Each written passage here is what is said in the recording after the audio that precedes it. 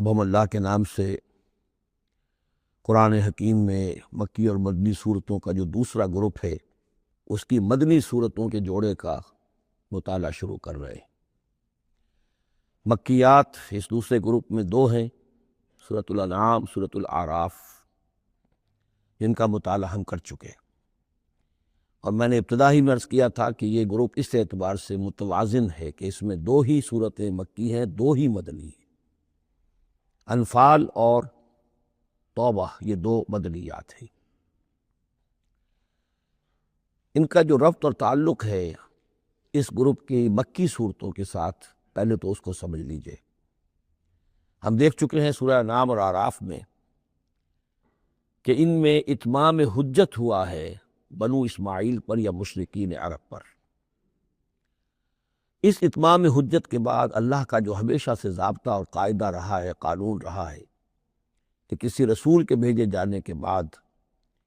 اور اس کی جانب سے اتمام حجت کے کیے جانے کے بعد بھی اگر کوئی قوم کفر پر اڑی رہے بحیثیت مجموعی تو اس پر عذاب الہی آتا ہے، عذاب استیصال۔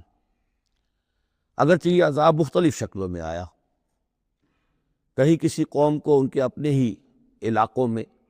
سیلاب بھیج کر اور غرق کر دیا گیا جیسے حضرت نوح علیہ السلام، کہیں کوئی بہت تیز آندھی بھیجی اور اس کے نتیجے میں جیسے کہ قوم عاد کے اوپر عذاب آیا، کہیں زلزلہ آیا، کہیں آسمان سے پتھراؤ ہوا جیسے کہ عمورہ اور صدوم کی بستیوں پر ہوا، کہیں جیسا کہ آپ کو معلوم ہے کہ آل فرعون کو ان کے محلوں سے اور گھروں سے نکال کر لا کر اور سمندر میں غرق کر دیا۔ تو قریش پر جو عذاب آیا ہے اللہ تعالیٰ کا وہ اپنی نوعیت میں منفرد ہے، کیونکہ حضور خود قرشی تھے، بنی اسماعیل میں سے تھے، اور آپ نے اتمام حجت کر دیا ان پر 13 برس تک، 12 برس تک دعوت دے کر۔ تو اب گویا کہ وہ عذاب الہی کے مستحق ہو گئے تھے، لیکن یہ عذاب الہی جو ہے قریش پر جو آیا ہے وہ بالاقساط آیا ہے۔ اس کی قسط اول ہے کہ جو غزوہ بدر میں ان تک پہنچی، انہیں مکے سے نکالا گیا جیسے کہ آل فرعون کو ان کے محلات سے نکالا گیا اور لا کر سمندر میں غرق کیا گیا۔ وہ مکہ دارالحرم تھا، وہ تو جگہ تھی حرم، لہذا وہاں سے انہیں نکالا گیا، اور میدان بدر میں پہلی قسط عذاب الہی کی انہیں وصول کرنی پڑی۔ ان کے 70 سردار کھیت رہے اور معجزانہ طریقے پر کھیت رہے، اس میں کوئی شک نہیں کہ جیسے عذاب الہی پہلے قوموں پر آتے تھے اسی طرح کا معاملہ یہ ہوا ہے کہ تقریباً نہتے 313 میں سے صرف 8 افراد کے پاس تلواریں تھیں، اور ادھر سے 1000 پوری طرح کیل کانٹے سے لیس ہو کر آئے تھے۔ تو اللہ کی خصوصی مدد تھی کہ جس سے یہ عذاب آیا ہے اصل میں قریش کے اوپر، اور تقریباً تمام بڑے بڑے نامور سردار جو ہیں وہی میدان میں کھیت رہے، 70 ان کے قیدی ہو گئے۔ ابھی زخمی کتنے ہوئے ہوں گے انہیں بھی آپ ذہن میں رکھیے۔ تو یہ عذاب کی پہلی قسط تھی جو غزوہ بدر میں آئی ہے، اور پھر عذاب کا آخری مرحلہ آیا ہے سن 9 ہجری میں، جب مشرکین عرب کو آخری الٹیمیٹم دے دیا گیا کہ اب بس چند مہینے کی تمہیں مہلت دی جا رہی ہے، اس کے اندر اندر یا ایمان لے آؤ اور یا تمہیں تہہ تیغ کر دیا جائے گا۔ فَإِذَا انسَلَخَ الْأَشْهُرُ الْحُرُمُ فَاقْتُلُوا الْمُشْرِكِينَ حَيْثُ وَجَدتُّمُوهُمْ۔ اب یہ انتہائی اسے کہ توہین اور تذلیل کے ساتھ چیلنج تھا۔ یہ دوسری بات ہے کہ وہ سب لوگ ایمان لے آئے اور یہ قتل عام کی نوبت نہیں آئی، لیکن یہ کہ یہ آخری قسط تھی۔ وہ آخری قسط جو ہے سورہ توبہ میں بیان ہوئی ہے، اور عذاب کی پہلی قسط جو ہے وہ سورہ انفال میں ہے۔ ان دونوں صورتوں کو جمع کر دیا گیا تاکہ انعام اور اعراف میں بنو اسماعیل پر یا مشرکین عرب پر اتمام حجت، اور انفال اور توبہ میں ان پر جو عذاب الہی نازل ہوا اس کی تفصیل۔ تو یہ تو ہے معنوی ربط اس گروپ کی مکی اور مدنی صورتوں کے مابین۔ باقی جو یہ سورہ انفال ہے اس کے بارے میں نوٹ کر لیجئے کہ غزوہ بدر کے فوراً بعد متصلاً بعد نازل ہوئی ہے، گویا کہ سورہ آل عمران جو ہم پڑھ چکے ہیں اس سے پہلے ہے اس کا نزول، اس کے اکثر و بیشتر حصے سے پہلے نازل ہوئی۔ تو یہ زمانی ترتیب جو ہے اگر یہ ذہن میں نہ رہے تو پھر اس سے کافی خلجان پیدا ہو جاتا ہے۔ اس کا جو پس منظر ہے وہ یہ غزوہ بدر کا معاملہ سمجھنا بہت ضروری ہے۔ دیکھیے یہاں تفصیل کا موقع تو ہے نہیں، میں نے سیرت النبی علیہ صاحب صلاۃ والسلام سے منہج انقلاب نبوی کے جو مختلف سٹیپس ہیں کہ اس میں کن کن مراحل سے ہو کر آپ نے دین کے غلبے کا جو فرض منصبی آپ کے حوالے کیا گیا تھا اس کی تکمیل فرمائی، تو اس میں یوں سمجھیے کہ ایک مرحلہ تھا جو مکے میں طے ہو گیا، اور اصل میں 4 مرحلے تھے: دعوت، تنظیم، تربیت اور صبر محض۔ وہاں ہاتھ اٹھانے کی اجازت نہیں تھی۔ ہم پڑھ آئے ہیں، سورہ نساء میں آ چکا ہے کہ اس وقت حکم تھا کفو ایدیکم، اپنے ہاتھ بندھے رکھو، تمہارے چاہے ٹکڑے اڑا دیے جائے، تمہیں زندہ جلا دیا جائے، تم کوئی انتقامی کارروائی تو دور کی رہی، مدافعانہ کارروائی بھی نہیں کرو گے۔ No raising of hands even in self defence. یہ 4 مراحل تھے جو چلتے رہے تاں آ کے ایک طرف تو اب حضور کے پاس جانثاروں کی ایک جماعت تیار ہو گئی جو سرد و گرم چشیدہ تھے، ہر طرح کے حالات میں سے گزر چکے تھے، سختیاں جھیل چکے تھے، قربانیاں دے چکے تھے، ان کے اخلاص مع اللہ میں کسی شک و شبے کی گنجائش نہیں تھی، ان کے دل جو ہے خالص ہو چکے تھے اللہ کے لیے۔ اور دوسری طرف یہ کہ اللہ تعالیٰ نے ایک دارالہجرت کا انتظام کر دیا، کھڑکی کھول دی مدینے کی طرف، ہجرت کا اہتمام ہو گیا تاکہ اہل ایمان کو وہاں سے نکال کر اور مدینے میں لے آیا جائے۔ اب یہاں سے اقدام ہو، اسی لیے ہجرت فرض کر دی گئی کہ اب تمام مسلمان یہاں آ جائیں۔ ظاہر بات ہے کہ ہجرت جو ہے وہ فلائٹ نہیں تھی، وہ کوئی فرار نہیں تھا، بھاگ کر جان بچانا نہیں تھا۔ مغربی مورخین تو اسی نام سے اس کو یاد کرتے ہیں۔ وہ تو اصل میں یہ تھا کہ ایک جگہ اگر اس کام کے لیے موضوع نہیں ہے تو کوئی اور بیس، آلٹرنیٹ بیس اگر مل جائے تو وہاں سے اپنا آفینسو جو ہے، آخری فیصلہ کن اقدام جو ہے وہاں سے لانچ کیا جائے۔ لہذا مدینہ میں آ کر حضور نے صلی اللہ علیہ وسلم صرف 6 مہینے لیے ہیں انٹرنل کنسالیڈیشن، کہ اب آپ آئے ہیں، نئے آئے ہیں، مہاجرین نئے آئے ہیں، تو ایک تو یہ کہ ان 6 مہینے میں آپ نے مسجد نبوی تعمیر کر لی، مرکز بن گیا،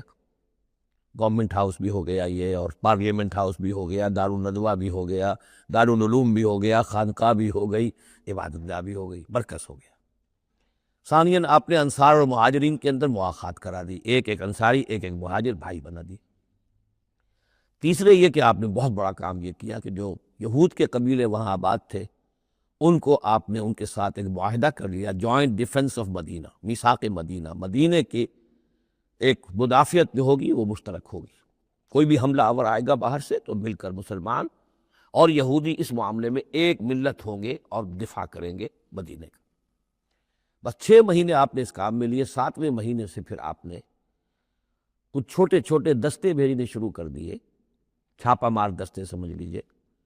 کہ جس سے وہ جو کیروان روٹس تھے، قریش کی لائف لائن یہی تھی، ان کا تجارتی سلسلہ تھا،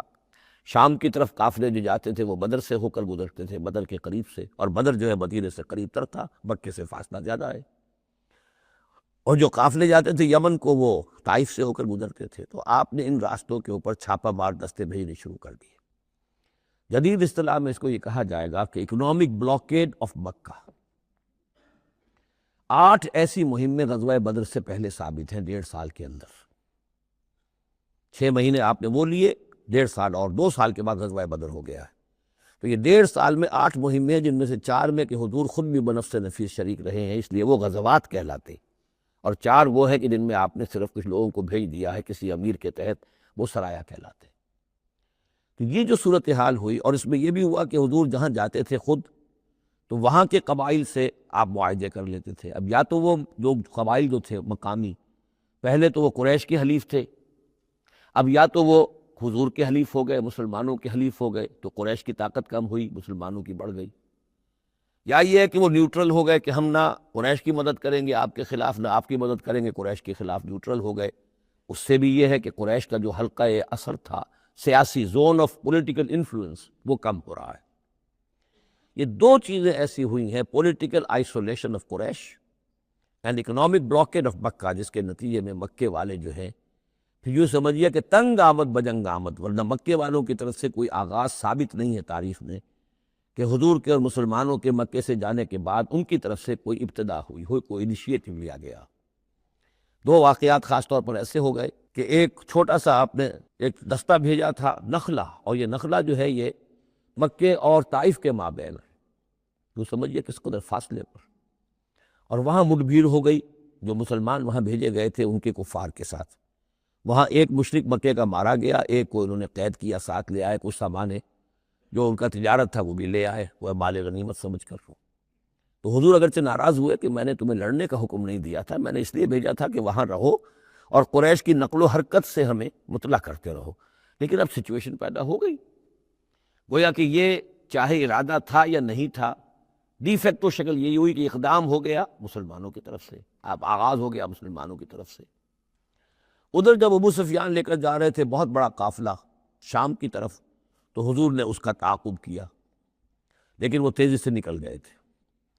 لیکن جب واپس آ رہے تھے اور 50,000 دینار کا سامان تھا ان کے قافلے کے اندر، بہت لدا پدا قافلہ، انہیں یہ خطرہ ہوا کہ اب پھر محمد صلی اللہ علیہ وسلم اور ان کے ساتھی کہیں لوٹیں گے ہمیں اور ہمارے اوپر حملہ کریں گے، روکیں گے ہمارا راستہ۔ تو انہوں نے یہ کی دوہری حکمت عملی کی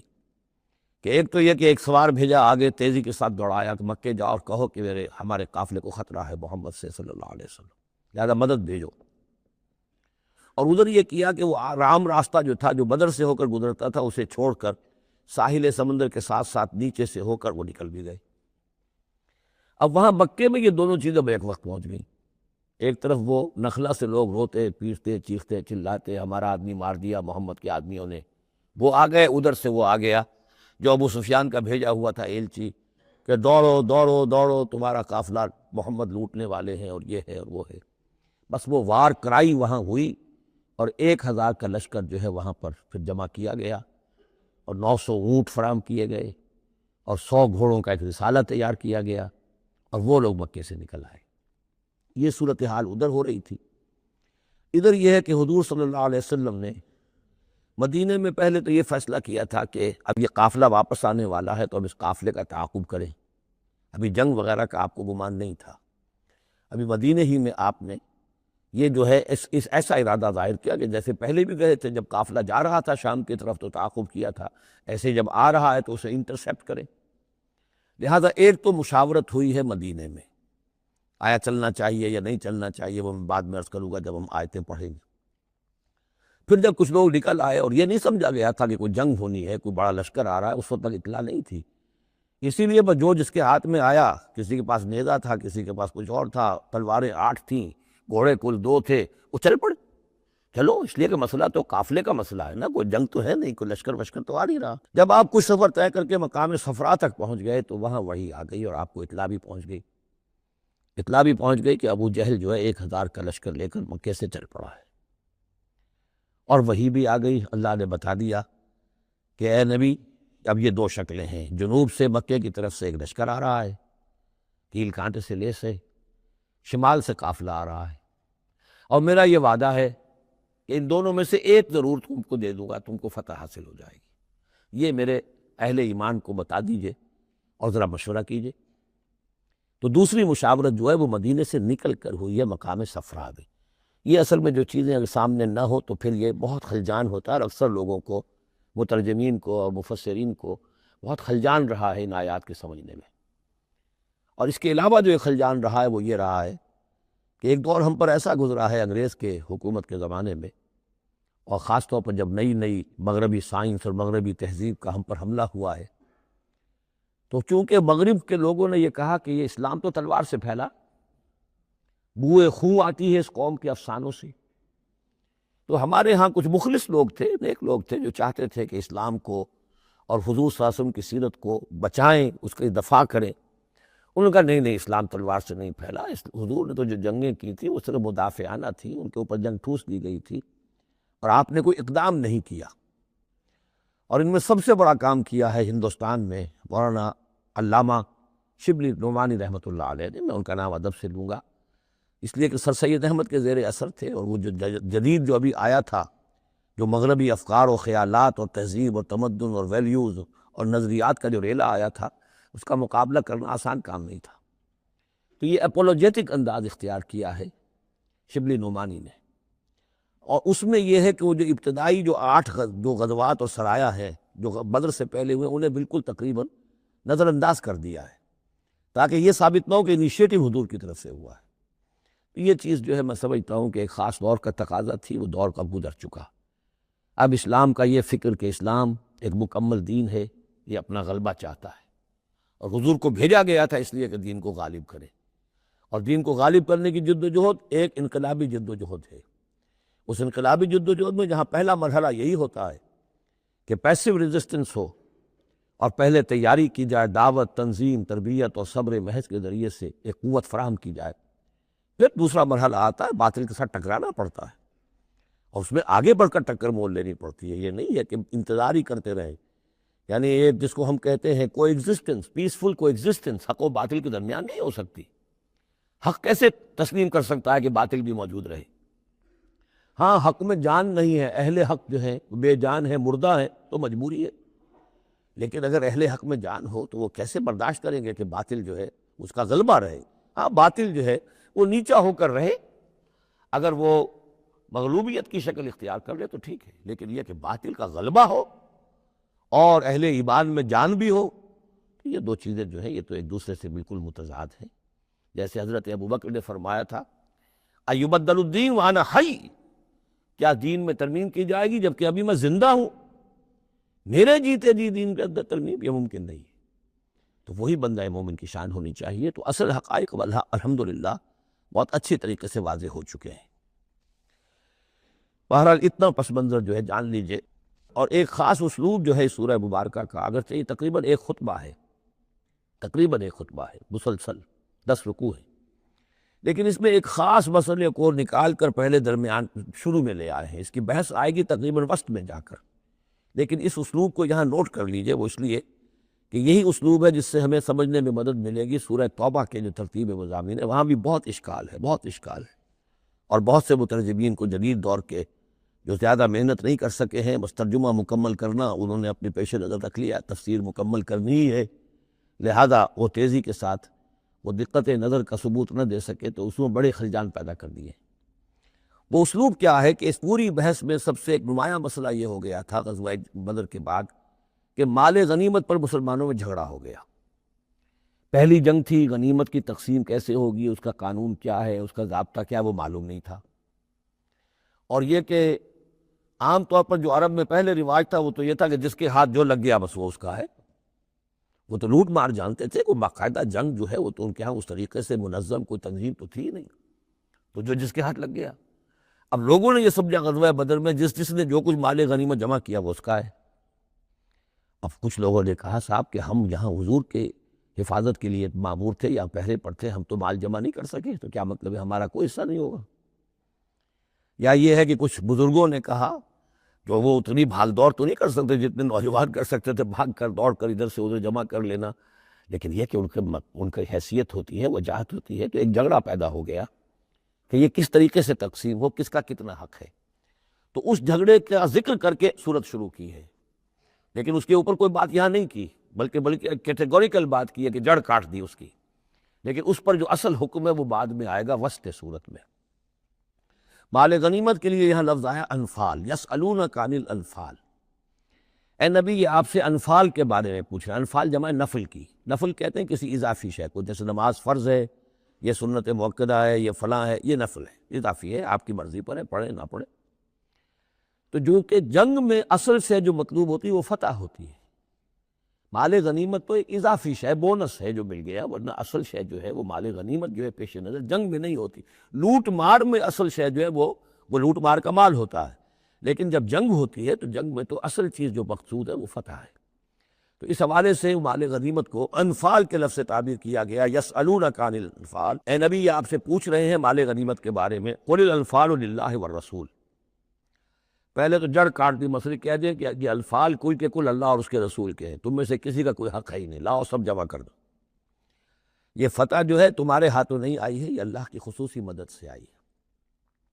لہذا کسی کا کوئی حق نہیں۔ زیرو لیول پر لا کر پھر ان کو سنبھالنا آسان تھا،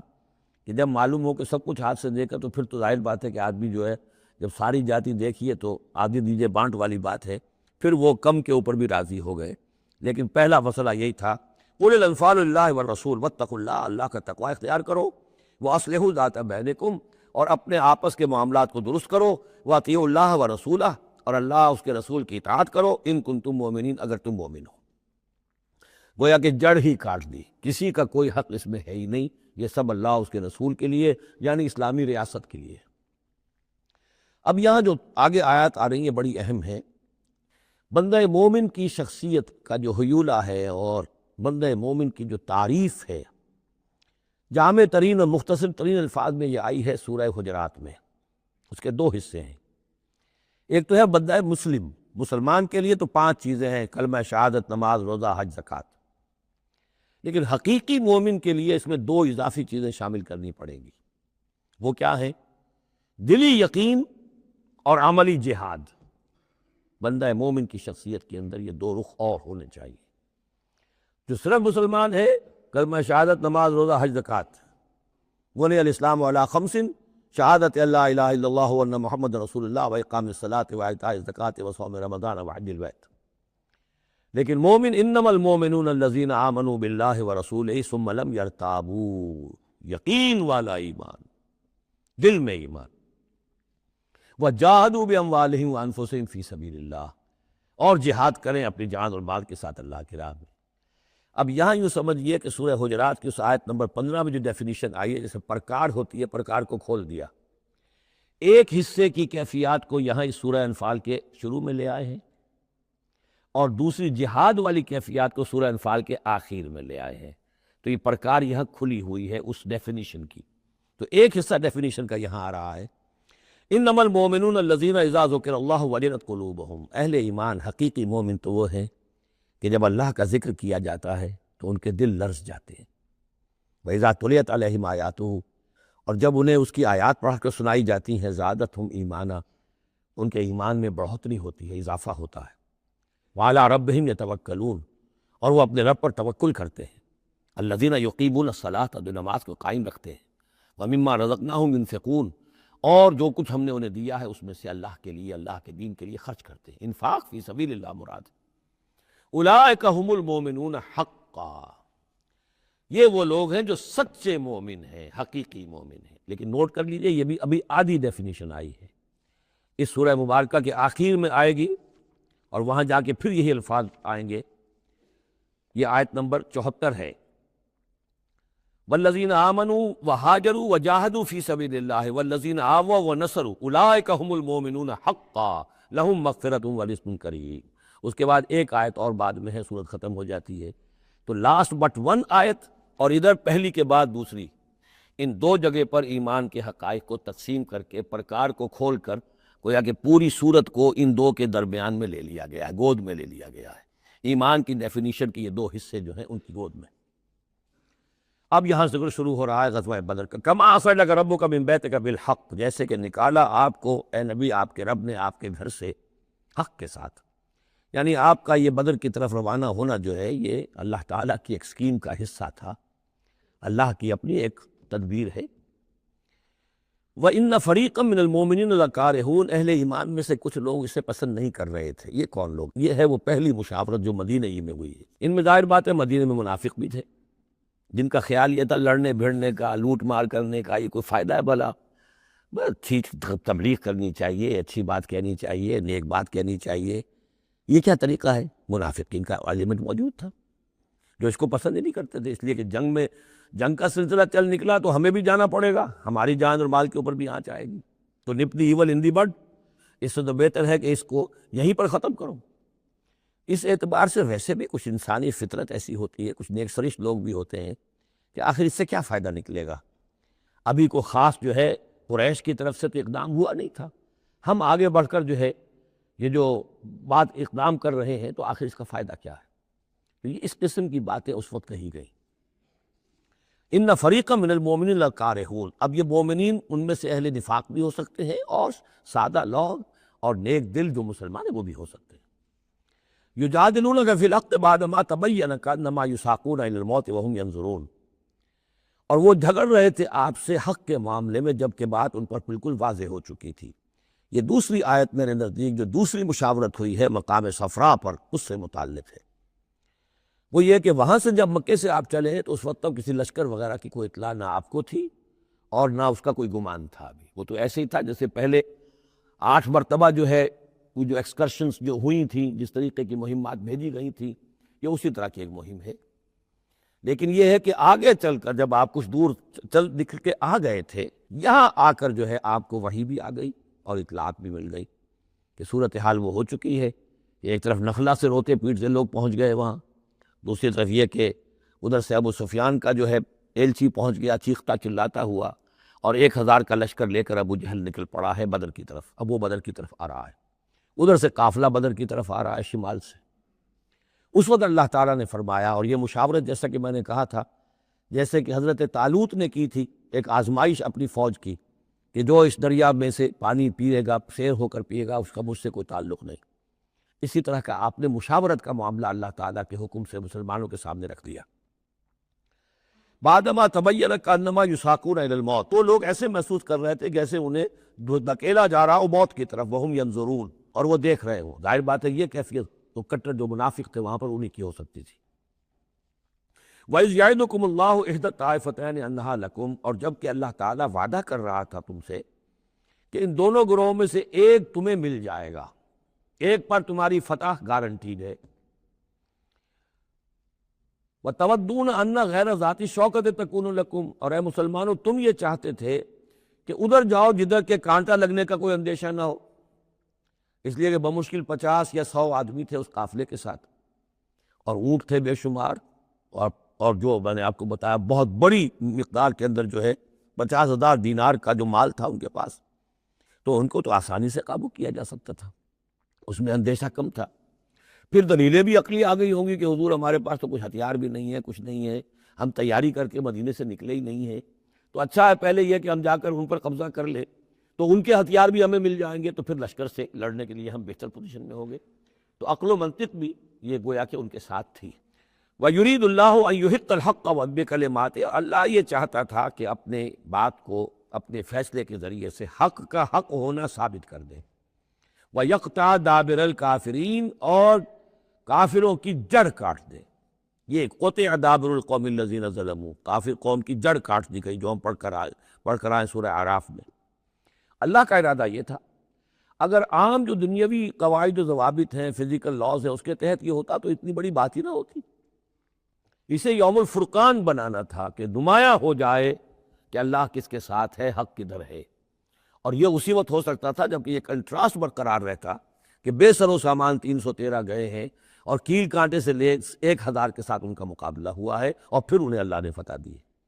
لہذا اللہ کی مرضی کچھ اور تھی۔ یرید اللہ ان یحق الحق بکلماتہ ویقطع دابر الکافرین، اللہ چاہتا تھا کہ اپنی باتوں کے ذریعے سے حق کا حق ہونا ثابت کر دے اور کافروں کی جڑ کاٹ دے۔ یہ یحق الحق کا، تاکہ سچا ثابت کر دے حق کو، سچ کو، ویبطل الباطل، اور باطل ثابت کر دے باطل کو، باطل ہونا اس کا ثابت ہو جائے، ولو کرہ المجرمون، خواہ یہ مجرموں کو کتنا ہی ناگوار ہو۔ اذ تستغیثون ربکم، یاد کرو جب کہ تم اپنے رب سے استغاثہ کر رہے تھے، دعائی دے رہے تھے کہ اللہ اب ہماری مدد فرما۔ فاستجاب لکم، تو اللہ نے تمہاری دعا کو قبول کیا تھا۔ انی ممدکم بألف من الملائکۃ مردفین، کہ میں تمہاری مدد کروں گا 1000 ملائکہ سے جو لگاتار آئیں گے، پے بپے آئیں گے۔ 1000 کا لشکر آیا ہے نا، تو 1000 فرشتے ہم تمہاری مدد کے لیے بھیج دیں گے۔ وما جعلہ اللہ الا بشرا، اور اللہ نے اس کو نہیں بنایا مگر تمہارے لیے بشارت، وَلِتَطْمَئِنَّ بِهِ قُلُوبُكُمْ، اور تاکہ تمہارے دل مطمئن ہو جائیں۔ وَمَن نَّصْرُ إِلَّا مِنْ عِندِ اللَّهِ، اور مدد تو اللہ کی طرف سے ہوتی ہے، فرشتوں کو بھیجے بغیر بھی وہ مدد کر سکتا ہے، کن فیکون کی شان کے ساتھ وہ جو چاہے کر دے۔ لیکن یہ کہ تمہارا جو اپنا ایک سوچنے کا انداز ہے، بنائے طبع بشری، تمہاری تسکین کے لیے ہم نے یہ شکل کر دی کہ 1000 دشمن آ رہا ہے تو 1000 فرشتہ تمہاری مدد کے لیے ہم بھیج دیں گے۔ ان اللہ عزیز الحکیم، یقیناً اللہ تعالیٰ سب زبردست ہے اور حکمت والا۔ اذ یغشیکم النعاس امنۃ منہ، جب کہ تم کو ڈھانپ لیا تھا ایک اونگ نے،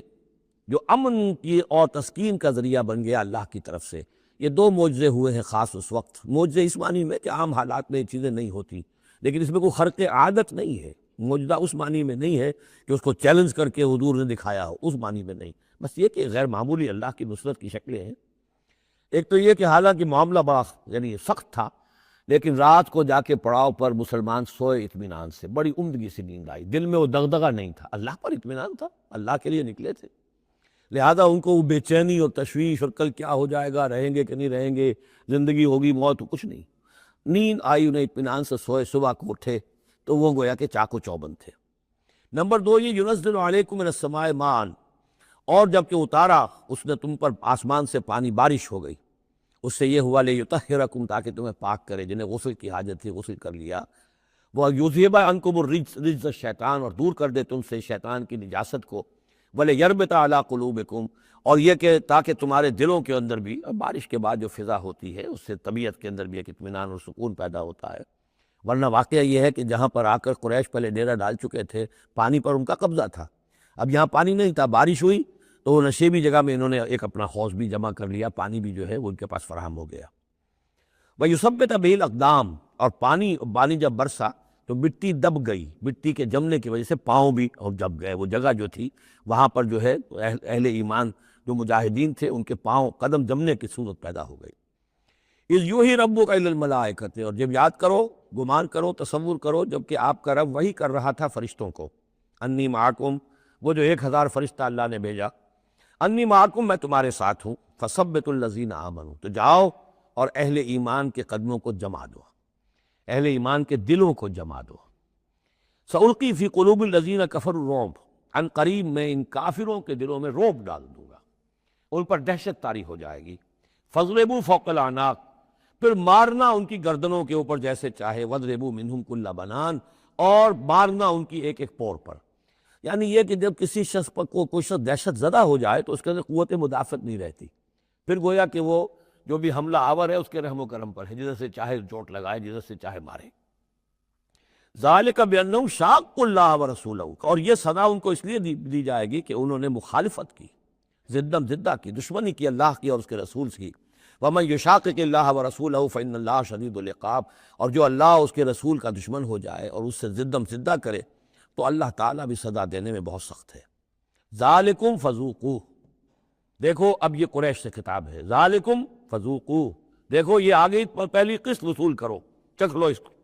وَأَنَّ لِلْكَافِرِينَ عَذَابَ النَّارِ، اور ابھی جو تمہارے یہ کھیت رہے ہیں ان کی سزا یہی ختم نہیں ہو گئی ہے، ان کے لیے جہنم کا عذاب ہے۔ یا ایھا الذین آمنوا اذا لقیتم الذین کفروا زحفا، اہل ایمان جب تمہارا مقابلہ ہو جائے کافروں سے میدان جنگ میں، یہ زحف کہتے ہیں جبکہ باقاعدہ دو لشکر ایک دوسرے کے سامنے مد مقابل بن کر آئیں، ایک چھاپا مار جنگ ہوتی ہے، جیسی کہ 8 جو پہلی اس سے مہمیں تھیں وہ جنگ کی شکل نہیں تھی بلکہ وہ مہمیں تھی چھاپا مار، لیکن اب یہ پہلی مرتبہ جنگ ہوئی ہے، لہذا اس کے حوالے سے بات ہو رہی ہے۔ یا ایھا الذین آمنوا اذا لقیتم الذین کفروا زحفا فلا تولوہم الادبار، تو تم ان کو پیٹھ مت دکھاؤ، پیٹھ مت موڑو، مطلب یہ کہ کھڑے رہو، ڈٹے رہو، مقابلہ کرو، جان چلی جائے لیکن یہ کہ پیچھے قدم نہ ہٹے۔ وَمَن یُوَلِّھِم یَوْمَئِذٍ دُبُرَہُ، اور جو کوئی بھی اس روز اپنی پیٹھ دکھا دے گا، یعنی میدان جنگ سے بھاگے گا، 2 استثناءات کے ساتھ، الا متحرفا لقتال، سوائے اس کے کہ یا تو وہ کوئی داؤ لگا رہا ہو جنگ کے لیے، جیسے 2 آدمی بھی جنگ کرتے ہیں اور تلوار اور اس کے ساتھ، تو کوئی ذرا ادھر ہٹتا ہے، پیچھے کو ہٹتا ہے، وہ بھاگنا نہیں ہوتا بلکہ وہ تو در حقیقت ایک ٹیکٹیکل موو ہے، وہ تو ایک اپنے داؤ کے لیے ذرا پیچھے ہٹنا، اب اس وقت میسرہ کو پیچھے کر لیا جائے اور جو میمنہ ہے اسے آگے بڑھایا جائے، یہ بات اور ہے۔ او متحیزا الی فئۃ، یا یہ کہ کوئی اور جمعیت ہے جس کی طرف جا کر ملنا ہے اور اس کے لیے ریٹریٹ ہو رہی ہے، تو آرڈرلی ریٹریٹ یہ ایک علیحدہ شے ہو جائے گی، اور ٹیکٹیکل موو یہ علیحدہ شے ہو جائے گی۔ تو آرڈرلی ریٹریٹ اور ٹیکٹیکل موو، ان 2 کے سوا اگر کوئی بھگدڑ کے اندر کوئی جان بچا کر بھاگا، فقط باء بغضب من اللہ، تو اس نے تو اللہ کا غضب جو ہے وہ کما لیا۔ ومأواہ جہنم، اس کا ٹھکانہ جہنم ہوگا، وبئس المصیر، اور وہ بہت ہی برا ٹھکانہ ہے۔ اب یہاں وہ بات آ گئی، فلم تقتلوہم، اے مسلمانوں تم نے انہیں قتل نہیں کیا، ولکن اللہ قتلہم، اللہ نے انہیں قتل کیا۔ ویسے تو یہ کہ فاعل حقیقی اللہ ہے، ہم جو کام بھی کرتے ہیں اور جس شے کے اندر بھی کوئی تاثیر ہے وہ اللہ ہی کی وجہ سے، لا فاعل فی الحقیقت ولا مؤثر الا اللہ، عام حالات میں بھی یہ، لیکن یہ خاص حالات تھے جن میں اللہ تعالیٰ کی خصوصی مدد آئی ہے۔ فلم تقتلوہم ولکن اللہ قتلہم وما رمیت اذ رمیت ولکن اللہ رما، اور اے نبی آپ نے بھی جو کنکریوں کی مٹھی بھر کر پھینکی تھی، آپ نے کنکریاں لیں اپنی مٹھی میں اور پھینکا کفار کے لشکر کی طرف، شاہت الوجوہ، چہرے جو ہے بگڑ جائیں۔ تو یہ پتہ نہیں کہاں تک اللہ نے ان کنکریوں کو پہنچایا ہے۔ تو فرمایا اور آپ نے جب وہ کنکریوں کی مٹھی پھینکی تھی، ماں رمیتا اذ رمیتا، آپ نے نہیں پھینکی تھی، ولکن اللہ رما، یہ تو اللہ تعالیٰ نے پھینکی تھی۔ ہاتھ ہے اللہ کا، بندہ مومن کا ہاتھ۔ وَلِيُبْلِيَ الْمُؤْمِنِينَ مِنْهُ بَلَاءً حَسَنًا، تاکہ اللہ تعالیٰ اہل ایمان کے جوہر نکھارے، ان کے اندر کی چھپی ہوئی جو صلاحیتیں ہیں، مخفی ہیں، انہیں اجاگر کرے۔ یہ ذرا نوٹ کر لیجئے، بلا یبلو کے معنی ہوتا ہے آزمانا، تکلیف میں ڈال کر کسی آزمائش میں۔ ابلا یبلی جب یہ باب افعال سے آتا ہے تو کسی کے جوہر کو نکھارنا، کسی کی جو خابیدہ جو ہے اس کی صلاحیتیں ان کو ابھارنا، یہ ہے ابلا۔ لیبلی المؤمنین منہ بلاء حسنا، تاکہ اللہ تعالیٰ خوب اہل ایمان کے اوپر ان کے جو ہے جوہر نکھارے۔ ان اللہ سمیع علیم، یقیناً اللہ سب کچھ سننے والا اور جاننے والا ہے۔ ذالکم وان اللہ موہن کید الکافرین، یہ تو ہو چکا۔ اب اس جنگ کا جو نتیجہ تھا قریش تم نے دیکھ لیا، لیکن آئندہ بھی سمجھ لو اللہ تعالیٰ کافروں کے تمام چالوں کو ناکام بنا دے گا۔ یہ اہل ایمان سے بھی خطاب ہو گیا اور اجے کے کفار کے لیے بھی، اور پھر کفار سے خطاب ہے، ان تستفتحوا فقد جاءکم الفتح۔ اصل میں ابو جہل جو لشکر کا وہ سمجھیے کمانڈر ان چیف کی حیثیت سے آیا تھا، اسے اتنا یقین تھا کہ میں نے اتنی تیاری کی ہے، اتنا ساز و سامان ہے کہ ہم مسلمانوں کو کچل کر رکھ دیں گے۔ تو پہلے سے پروپیگنڈا شروع کر دیا تھا، یہ یوم الفرقان ہوگا، یہ پتہ چل جائے گا اللہ کس کے ساتھ ہے۔ اللہ کو تو وہ بھی مانتے تھے، اللہ کے ساتھ دیویوں دیوتاؤں کو مانتے تھے نا، اللہ کے منکر تو نہیں تھے، لیکن یہ کہ ادھر اللہ ہی اللہ تھا، ادھر اللہ کے ساتھ اور منات اور دیوتا وہ بھی تھے، تو یہ کہ اللہ کس کے ساتھ ہے یہ ثابت ہو جائے گا۔ یعنی وہ اتنا یقین تھا اسے، جیسے 65 کی جنگ میں لاہور، فال آف لاہور دکھا دیا گیا BBC ٹیلی ویژن کے اوپر، جو ہو چکا، لاہور جو ہے اس پر تو بھارتی فوج کا قبضہ ہو چکا، اتنا یقینی تھا۔ اسی طرح اس نے یوم الفرقان کہا، تو اسی کو اللہ تعالیٰ نے یوم الفرقان بنا دیا تاکہ منکشف ہو جائے، یہ بات مبرر ہو جائے کہ اللہ کس کے ساتھ ہے۔ اس اعتبار سے اس کی دعا بھی بڑی عجیب ہے، جو اس نے آ کر بدر سے ایک رات قبل جب کہ حضور بھی دعا مانگ رہے تھے اور طویل ترین سجدہ کیا تھا، اس نے بھی دعا کی تھی، اور وہ دعا جو ہے وہ موحدانہ دعا ہے، اس میں کسی لات عزا حبل منات کا کوئی تذکرہ نہیں۔ اللہم، اے اللہ، اقطعنا للرحم وعین القدات، جس نے ہمارے رحمی رشتے کاٹ دیے ہیں، کل تو اسے ذلیل و خوار کر دے۔ یعنی اس کا جو سب سے بڑا چارج تھا، الزام تھا حضور پر، وہ یہ تھا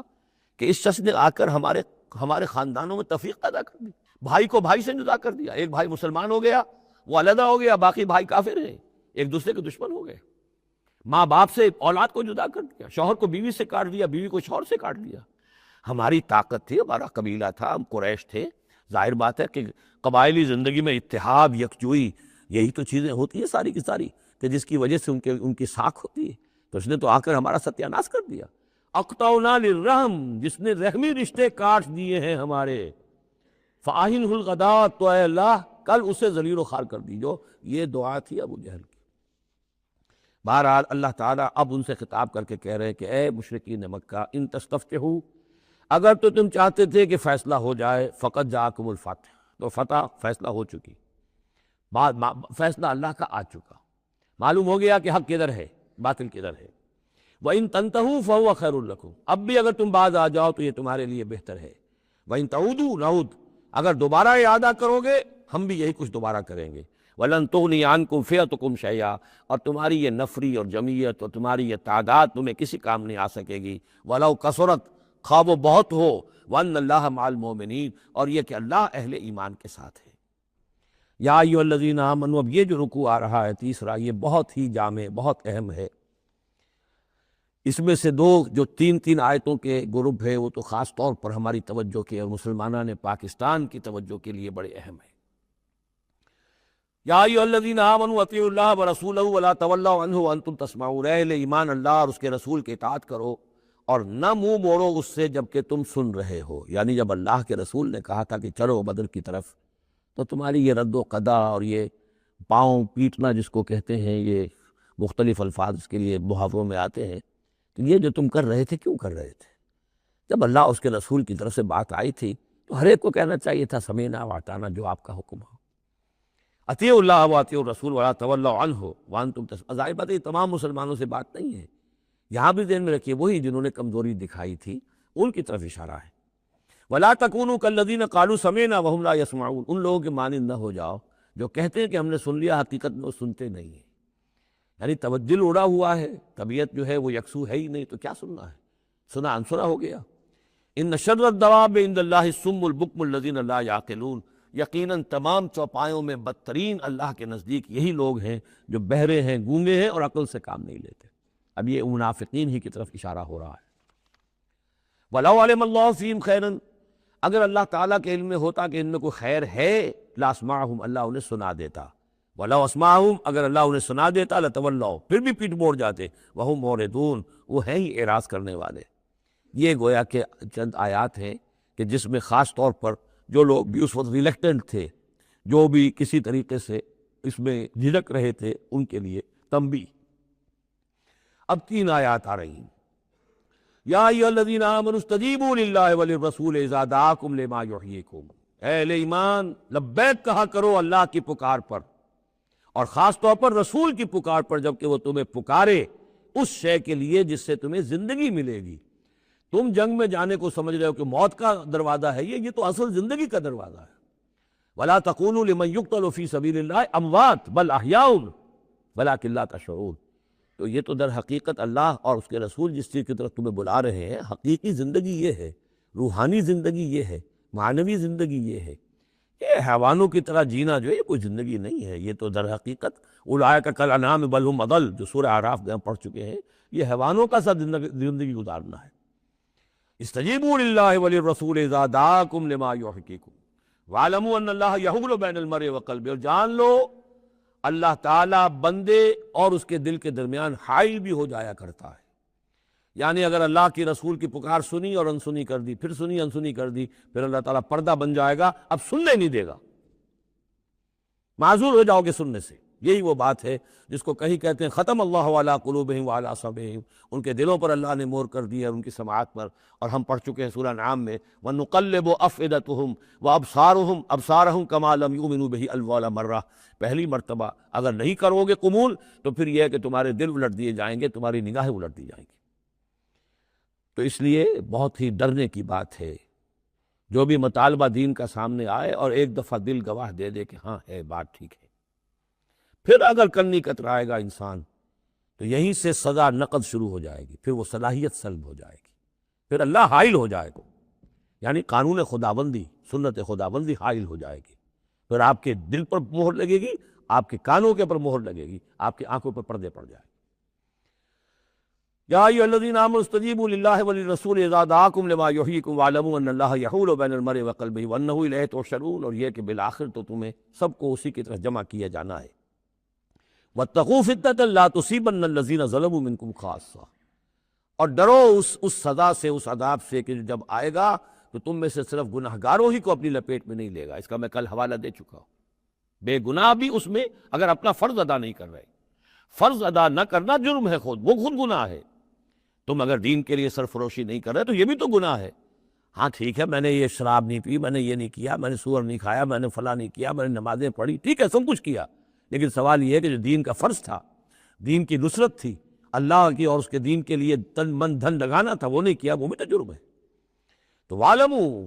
اور جان لو ان اللہ یحول بین المرء وقلبہ وانہ الیہ تحشرون واتقوا فتنة لا تصیبن الذین ظلموا منکم خاصۃ واعلموا ان اللہ شدید العقاب، اور جان لو کہ اللہ سزا دینے میں بہت سخت ہے۔ وَاذْكُرُوا، یہ ہے خاص پاکستانی مسلمانوں کے لیے آیت، اور یاد کرو اذ انتم قلیل، جب تم تھوڑی تعداد میں تھے، جیسے ہم بھی اقلیت کا خوف تھا ہمیں کہ ہم ہندوؤں کے مقابلے میں اقلیت ہے، مستضعفون فی الارض، جنہیں زمین میں دبا لیا گیا تھا، تخافون ان یتخطفکم الناس، تمہیں اندیشہ یہ تھا کہ لوگ تمہیں اچک لے جائیں گے، اکثریت جو ہے وہ تمہیں ایکسپلائٹ کرے گی، معاشی اعتبار سے، سماجی اعتبار سے، لسانی اعتبار سے، مذہبی اعتبار سے۔ فآواکم، تو اللہ نے تمہیں پناہ کی جگہ دے دی، وأیدکم بنصرہ، اور تمہاری مدد کی ہے، خاص تائید کی ہے اپنی خاص نصرت سے، ورزقکم من الطیبات، اور تمہیں بہترین پاکیزہ رزق عطا کیا ہے، لعلکم تشکرون، تاکہ تم شکر کرو۔ یا ایھا الذین آمنوا لا تخونوا اللہ والرسول، اے اہل ایمان مت خیانت کرو اللہ سے اور اس کے رسول سے، ایمان کا دم بھرنا اور پھر اس کے دین کو، اللہ کے دین کو مغلوب دیکھ کر بھی اپنے دھندے، اپنے کاروبار، اپنی جائیداد، اپنی ملازمت، اپنا پروفیشن، اسی چکر میں لگے رہنا، اس سے بڑی خیانت کیا ہوگی؟ بے وفائی ہے، غداری ہے، خیانت ہے۔ لا تخونوا اللہ والرسول، اللہ اور اس کے رسول کے ساتھ خیانت نہ کرو، وتخونوا اماناتکم وانتم تعلمون، اور نہ ہی اپنی آپس کی امانتوں میں خیانت کرو۔ سب سے بڑی خیانت تو اللہ کے ساتھ خیانت ہے۔ سب سے بڑی وہ امانت جو اللہ نے اپنی روح تم میں پھونکی ہے، اس کا حق اگر تم ادا نہیں کر رہے ہو تو سب سے بڑی خیانت یہ ہے، جس کو کہ فرمایا گیا ہے سورہ احزاب میں، ہم نے آسمانوں پر، زمین پر، پہاڑوں پر پیش کی، ان عرضنا الامانۃ علی السماوات والارض والجبال فابین ان یحملنها واشفقن منها وحملها الانسان۔ تو بہت بڑی بڑی امانتیں تمہارے پاس ہیں، دین کی امانت ہے، قرآن کی امانت ہے، شریعت کی امانت ہے، یہ سب امانتیں محمد رسول اللہ کی۔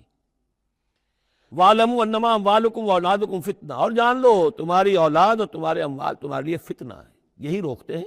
یہی دو بیڑیاں ہیں جو پاؤں میں پڑی رہتی ہیں، مال اور اولاد۔ اولاد کو اعلیٰ سے اعلیٰ تعلیم دلانی ہے، اس کے لیے بڑی بڑی فیسیں دینی پڑتی ہیں، اس کے لیے ظاہر بات ہے کہ اپنا ایک ایک قطرہ جو ہے پسینے کا اور خون کا لگائیں گے تو کہیں جا کر وہ ساری چیزیں فراہم ہوگی۔ آدمی کھپ گیا اسی کے اندر، اولاد کے لیے یا مال کے لیے، پھر کہاں سے وقت لائیں دین کے لیے اور دین کے لیے نصرت کے لیے؟ کہاں کوئی رمق جسم کے اندر باقی رہ جاتی ہے؟ جان لو کہ تمہارے اموال اور تمہاری اولاد تمہارے لیے فتنہ ہے۔ فتنہ کہتے ہیں جس پر کسی کو پرکھا جائے، کسوٹی جس کے اوپر پرکھا جا رہا۔ وَأَنَّ اللَّهَ عِندَهُ أَجْرٌ عَظِيمٌ، اور یقیناً اللہ ہی کے پاس ہے بڑا اجر۔ یا ایھا الذین آمنوا ان تتقوا اللہ یجعل لکم فرقانا، اہل ایمان اگر تم اللہ کے تقوی پر برقرار رہو گے، تمہارے لیے فرقان، ایک کے بعد دوسری فرقان آتی رہے گی۔ پہلا فرقان تو یہ آ گیا، یہ فتح جو تمہیں دی گئی ہے۔ وَيُكَفِّرْ عَنْكُمْ سَيِّئَاتِكُمْ، اور یہ کہ تمہارے سے تمہاری جو کمزوریاں ہیں، برائیاں ہیں، وہ اللہ تعالیٰ دور کر دے گا۔ وَيَغْفِرْ لَكُمْ، اور بخش دے گا۔ وَاللَّهُ ذُو الْفَضْلِ الْعَظِيمِ، اللہ بڑے فضل والا ہے۔ وَإِذْ يَمْكُرُ بِكَ الَّذِينَ كَفَرُوا، اب یہ ہجرت سے پہلے جو صورتحال تھی مکے میں کہ قریش کے سردار بیٹھتے تھے دارالندوہ میں، کیا کریں اب ہم محمد صلی اللہ علیہ وسلم کو قتل کر دیں، سازشیں ہوتی تھیں، اور اسی طریقے سے انہیں قید کر دیں، کہیں یہاں سے نکلنے پہ مجبور کر دیں، تو وہ جو سازشیں ان کی ہوتی تھی اور مشورے ہوتے تھے ان کا ذکر ہے۔ اور جب یاد کیجئے، جب کہ وہ لوگ جو کافر ہوئے، یہ کافر لوگ آپ کے بارے میں مشورے کرتے تھے، چالیں چلتے تھے، اسکیمیں بناتے تھے، سازشیں کرتے تھے۔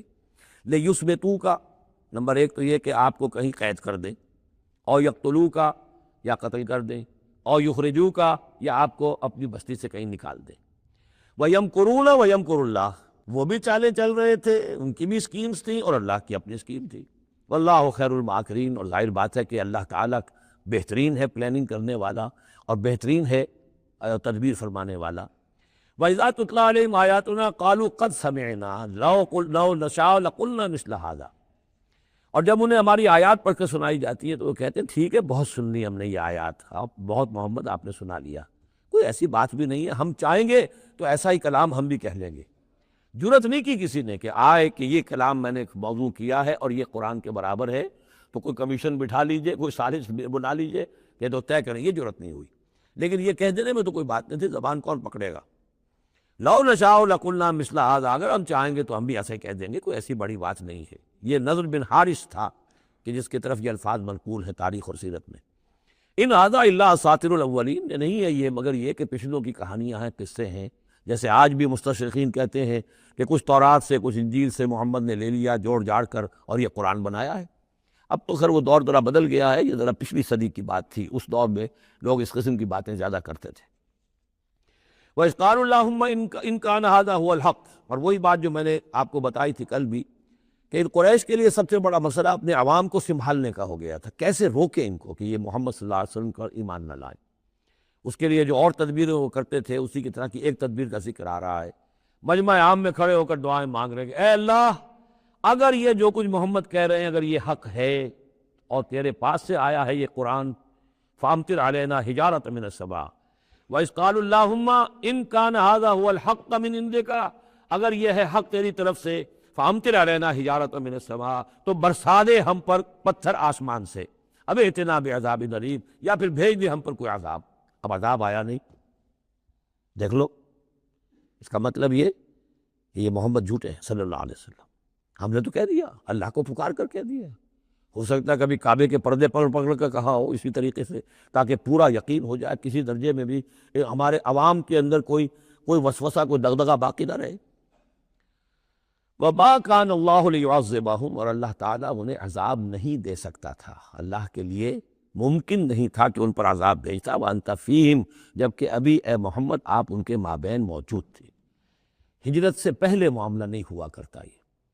اللہ اپنے رسول کو، ان کے ساتھی اہل ایمان کو نکال لیتا ہے، اس کے بعد کوئی عذاب اس نوعیت کا آتا ہے جس نوعیت کا وہ عذاب مانگ رہے تھے۔ وَأَنْتَ فِيهِمْ وَمَا كَانَ اللَّهُ مُعَذِّبَهُمْ، اللہ ان کو عذاب دینے والا نہیں تھا، وَهُمْ يَسْتَغْفِرُونَ، جبکہ وہ استغفار بھی کر رہے تھے۔ یعنی اسی مکے میں عوام الناس بھی تو تھے، سادہ لوگ بھی تو تھے، وہ استغفار بھی کرتے تھے، تلبیہ بھی پڑھتے تھے، لبیک اللہم لبیک، لبیک اللہم لبیک، یہ بھی تو کرتے تھے، اللہ کو بھی پکارتے تھے۔ تو بڑا گڑبڑ سا معاملہ تھا، جب تک کہ اللہ تعالیٰ یمیز الخبیث من الطیب کر نہ دے، اس وقت تک اس طرح کا معاملہ اللہ تعالیٰ کے لیے درست نہیں تھا۔ وَمَا لَهُمْ أَلَّا يُعَذِّبَهُمْ، باقی وہ عذاب کے پورے طور سے مستحق تو ہو چکے ہیں، اور کیا ہے، کون سی رکاوٹ ہے ان کے لیے؟ مَا لَهُمْ أَلَّا يُعَذِّبَهُمُ اللَّهُ، کہ اللہ تعالیٰ ان کو عذاب نہ دے، وَهُمْ يَصُدُّونَ عَنِ الْمَسْجِدِ الْحَرَامِ، جبکہ وہ روک رہے ہیں مسجد حرام سے لوگوں کو، وَمَا كَانُوا أَوْلِيَاءَهُ، اور حقیقت میں یہ اس کے متولی نہیں ہے، یہ اس کے مختار نہیں ہے، یہ اس کے ساتھی نہیں ہے۔ ان اولیاءہ الا المتقون، اس اللہ کے گھر کے تو ولی اور اس کے جو اصل مجاور کہہ لیجئے یا متولی کہہ لیجئے، وہ تو ہوں گے متقی لوگ جو اللہ کا تقوی رکھتے ہوں، اللہ کی بندگی کرتے ہوں، ولیکن اکثرہم لا یعلمون، لیکن ان کی اکثریت علم نہیں رکھتی۔ وما کان صلاتہم عند البیت، اور انہوں نے جو نماز کا حلیہ بگاڑا ہے، نہیں ہے ان کی نماز بیت اللہ کے پاس الا مقام و تصدیہ، سیٹیاں بجاتے ہیں، تالیاں پیٹتے ہیں، یہ ان کی نماز رہ گئی۔ طواف کرتے تھے تو اس میں سب سے اونچا طواف تھا برہنہ طواف، اور نماز جو تھی ان کی وہ یہ تھی، سیٹیاں بجاتے ہوئے۔ جیسے کہ آپ کو معلوم ہے کہ بعض علاقوں میں مسجدوں کے اندر جب وہ میلاد کی محفلیں ہوتی ہیں تو اس کے اندر ڈھول اور ڈھمک کا، یہ میں نے سنا ہے کہ خاص طور پر افریقہ کے بعض ممالک میں کام ہوتا۔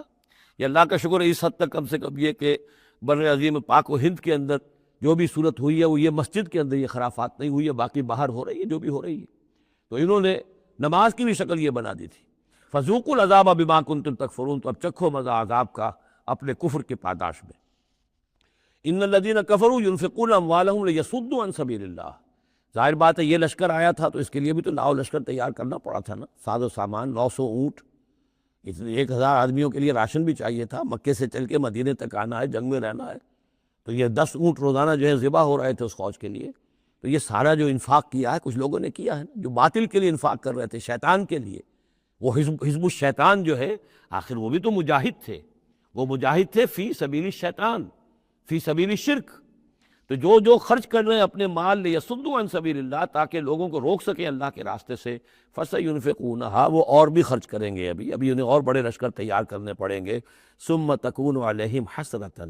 پھر یہ سب ان کے لیے ایک حسرت بن جائے گی۔ سب کچھ مال بھی ہم نے لگا دیا، ساری جانیں ہم نے گنوا دی، کچھ نہ ہوا، محمد کا بال بیکا نہ کر سکے صلی اللہ علیہ وسلم، اللہ کا دین تو جا الحق وزہق الباطل ان الباطل کان زہوقا، ایک وقت آئے گا کہ اللہ کا دین جو ہے غالب ہو جائے گا۔ ثم یغلبون، پھر وہ مغلوب ہو کر رہیں گے، والذین کفروا الی جہنم یحشرون، اور جو ان میں سے کافر ہوں گے، جو اس وقت ایمان لے آئیں گے اللہ تعالیٰ ان کو معاف فرما دے گا، اور جو کفر پر اڑے رہیں گے وہ جہنم کی طرف گھیر کر لے جائے جائیں گے۔ لیمیز اللہ الخبیث من الطیب، یہ بات جو ہے سورہ آل عمران میں بھی آئی، تاکہ اللہ تعالیٰ پاک کو ناپاک سے علیحدہ کر دے، ممیز کر دے۔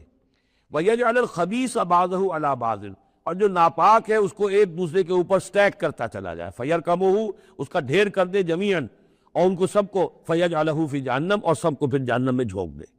یعنی یہ کہ یہ پہلے تو یہ سفٹنگ کرنی ہوگی، یہ طیب ہے، یہ خبیث کو ایک دوسرے کے اوپر سٹیک کیجئے، اور پھر اس کو جہنم میں ایک ہی مرتبہ دھکا دے دیجئے۔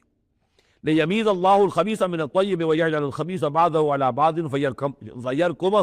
جمیعا فیجعلہ فی جہنم اولئک هم الخاسرون، یقیناً یہی لوگ ہیں خسارے پانے والے۔ قل للذین کفروا ان ینتہوا یغفر لهم ما قد سلف،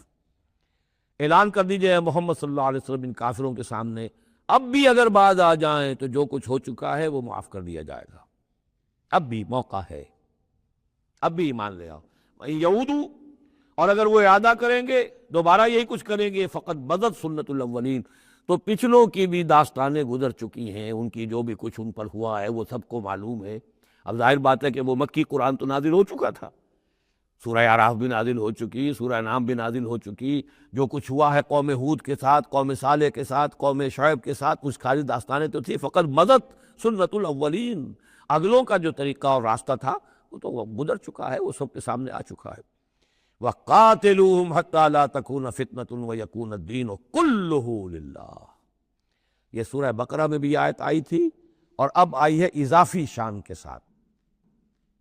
یعنی اے مسلمانوں اب تمہاری یہ دعوت و تحریک جو ہے یہ اس مرحلے میں داخل ہو گئی، آرمڈ کانفلکٹ۔ اب یہ 15 برس کے بعد حضور نے جب دعوت کا آغاز کیا ہے مکے میں، اس کے بعد سے 15 برس گزر چکے، اب وہ دعوت، تنظیم، تربیت، صبر محض کا دور ختم ہوا، پیسو ریزسٹنس کا دور ختم ہوا، اب ایکٹیو ریزسٹنس کی محمد نے صلی اللہ علیہ وسلم اقدام کیا، اور اقدام کے نتیجے میں آخری اور چھٹا مرحلہ آ گیا، یعنی عام کانفلکٹ۔ اب تلوار تلوار سے ٹکرا چکی، اب تمہاری تلواریں نیام میں نہیں جائیں گی جب تک کام مکمل نہ ہو جائے، اور کام کی تکمیل کیا ہے؟ فتنہ بالکل ختم ہو جائے۔ وَقَاتِلُوهُمْ حَتَّى لَا تَكُونَ فِتْنَةٌ، فتنہ وہ کیفیت ہے کہ جس میں ایمان پر قائم رہنا، ایمان پر عمل کرنا مشکل ہو جائے۔ جب باطل کا غلبہ ہے تو ایک بندہ مومن کے لیے ایمان پر پوری طریقے سے کاربند ہونا مشکل ہے، لہذا اس صورتحال کو ختم کرو، یعنی اب دین کا غلبہ ہو جائے۔ حَتَّى لَا تَكُونَ فِتْنَةٌ وَيَكُونَ الدِّينُ كُلُّهُ لِلَّهِ، دین بھی جزوی نہیں، کل کا کل دین اللہ ہی کے تابع آ جائے۔ فَإِنِ انْتَهَوْا فَإِنَّ اللَّهَ بِمَا يَعْمَلُونَ بَصِيرٌ، پھر اگر وہ بات آ جائے تو جو کچھ وہ کر رہے ہیں اللہ اسے دیکھ رہا ہے۔ وَإِن تَوَلَّوْا، اور اگر پیٹھ موڑ لیں، وَاعْلَمُوا، تو اے مسلمانوں تم یہ جان لو، أَنَّ اللَّهَ مَوْلَاكُمْ، اللہ تمہارا مولا ہے، تمہارا ولی ہے، ساتھی ہے، مددگار ہے، پشت پناہ ہے۔ نعم المولا و نعم النصیر، کیا ہی اچھا ہے وہ حمایتی اور کیا ہی خوب ہے وہ مددگار۔ وَاعْلَمُوا أَنَّمَا غَنِمْتُم مِّن شَيْءٍ فَأَنَّ لِلَّهِ خُمُسَهُ وَلِلرَّسُولِ وَلِذِي الْقُرْبَىٰ وَالْيَتَامَىٰ وَالْمَسَاكِينِ وَابْنِ السَّبِيلِ إِن كُنتُمْ آمَنتُم بِاللَّهِ وَمَا أَنزَلْنَا عَلَىٰ عَبْدِنَا يَوْمَ الْفُرْقَانِ يَوْمَ الْتَقَى الْجَمْعَانِ وَاللَّهُ عَلَىٰ كُلِّ شَيْءٍ قَدِيرٌ صدق اللہ العظیم۔ اب یہاں وہ مال غنیمت کا حکم بیان ہو رہا ہے۔ وَاعْلَمُوا، جان لو، انما غنمتم من شیء، جو بھی غنیمت تمہیں حاصل ہوئی ہے، فَأَنَّ لِلَّهِ خُمُسَهُ، تو اس کا خمس، پانچواں حصہ تو اللہ کے لیے ہے، وَلِلرَّسُولِ، اور رسول کے لیے ہے، وَلِذِي الْقُرْبَىٰ، اور رسول کے قرابت داروں کے لیے ہے۔ یہ بات سمجھ لیجئے یہاں اچھی طرح کہ در حقیقت حضور صلی اللہ علیہ وسلم کا جو معاش کا معاملہ تھا، جب تک آپ مکے میں تھے، حضرت خدیجہ الکبریٰ رضی اللہ تعالی عنہ کی دولت جو ہے اس سے آپ کا کام چل رہا تھا، جو بھی بچا کچا ان کا سرمایہ تھا۔ مدینے میں آ کر ظاہر بات ہے کہ اب آپ کے پاس اپنا کوئی ذریعہ معاش نہیں تھا، نہ آپ کوئی تجارت کرتے تھے، تو اب آپ کے اخراجات، اور پھر یہ کہ آپ کے بھی قرابت دار ہیں، آپ کی ازواج مطہرات ہیں، ان کے اخراجات کہاں سے آئیں گے؟ تو مال غنیمت میں سے خمس جو ہے وہ اس کام کے لیے رکھ لیا گیا، گویا وہ بیت المال کا حصہ ہوگا، اور بیت المال ہی کفالت کرے گا حضور کی بھی اور حضور کے قرابت داروں کی بھی۔ اس کے علاوہ اس بیت المال میں یتامہ والمساکین وابن السبیل، اس میں حصہ ہوگا یتیموں کے لیے بھی اور مساکین اور محتاجوں کے لیے بھی اور مسافروں کے لیے بھی۔ یہ گویا کہ پانچواں حصہ مال غنیمت کا تو ہو گیا، سرکار سمجھ لیجیے سرکاری ہو گیا، لیکن اس سرکار میں سب سے بڑا خرچ جو ہے وہ در حقیقت محمد رسول اللہ صلی اللہ علیہ وسلم کے ذاتی، آپ کے اخراجات، آپ کے ازواج مطہرات کا نان نفقہ، آپ کے قرابت داروں کا ذوی القربیٰ، جس میں آپ کو بھی تو ظاہر بات ہے کہ کچھ نہ کچھ صلہ رحمی آپ فرماتے تھے، تو اس کے لیے، اور یہ کہ یتیموں اور مساکین کے لیے وابن السبیل۔ ان کنتم آمنتم باللہ، اگر تم ایمان رکھتے ہو اللہ پر، وما انزلنا علی عبدنا، اس شے پر جو ہم نے نازل کی اپنے بندے پر، یوم الفرقان، فیصلے کے دن، یعنی جو شے نازل کی وہ ہے غیبی امداد، نصرت غیبی، جو فرشتے آئے۔ ظاہر بات ہے کہ وہ ایک ان سین جو ہے غیب کا معاملہ ہے،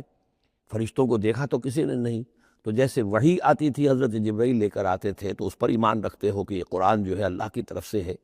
ایسے ہی تمہیں یقین ہونا چاہیے کہ اللہ تعالیٰ نے اپنا وہ وعدہ پورا فرمایا اور اللہ تعالیٰ نے فرشتے بھیجے۔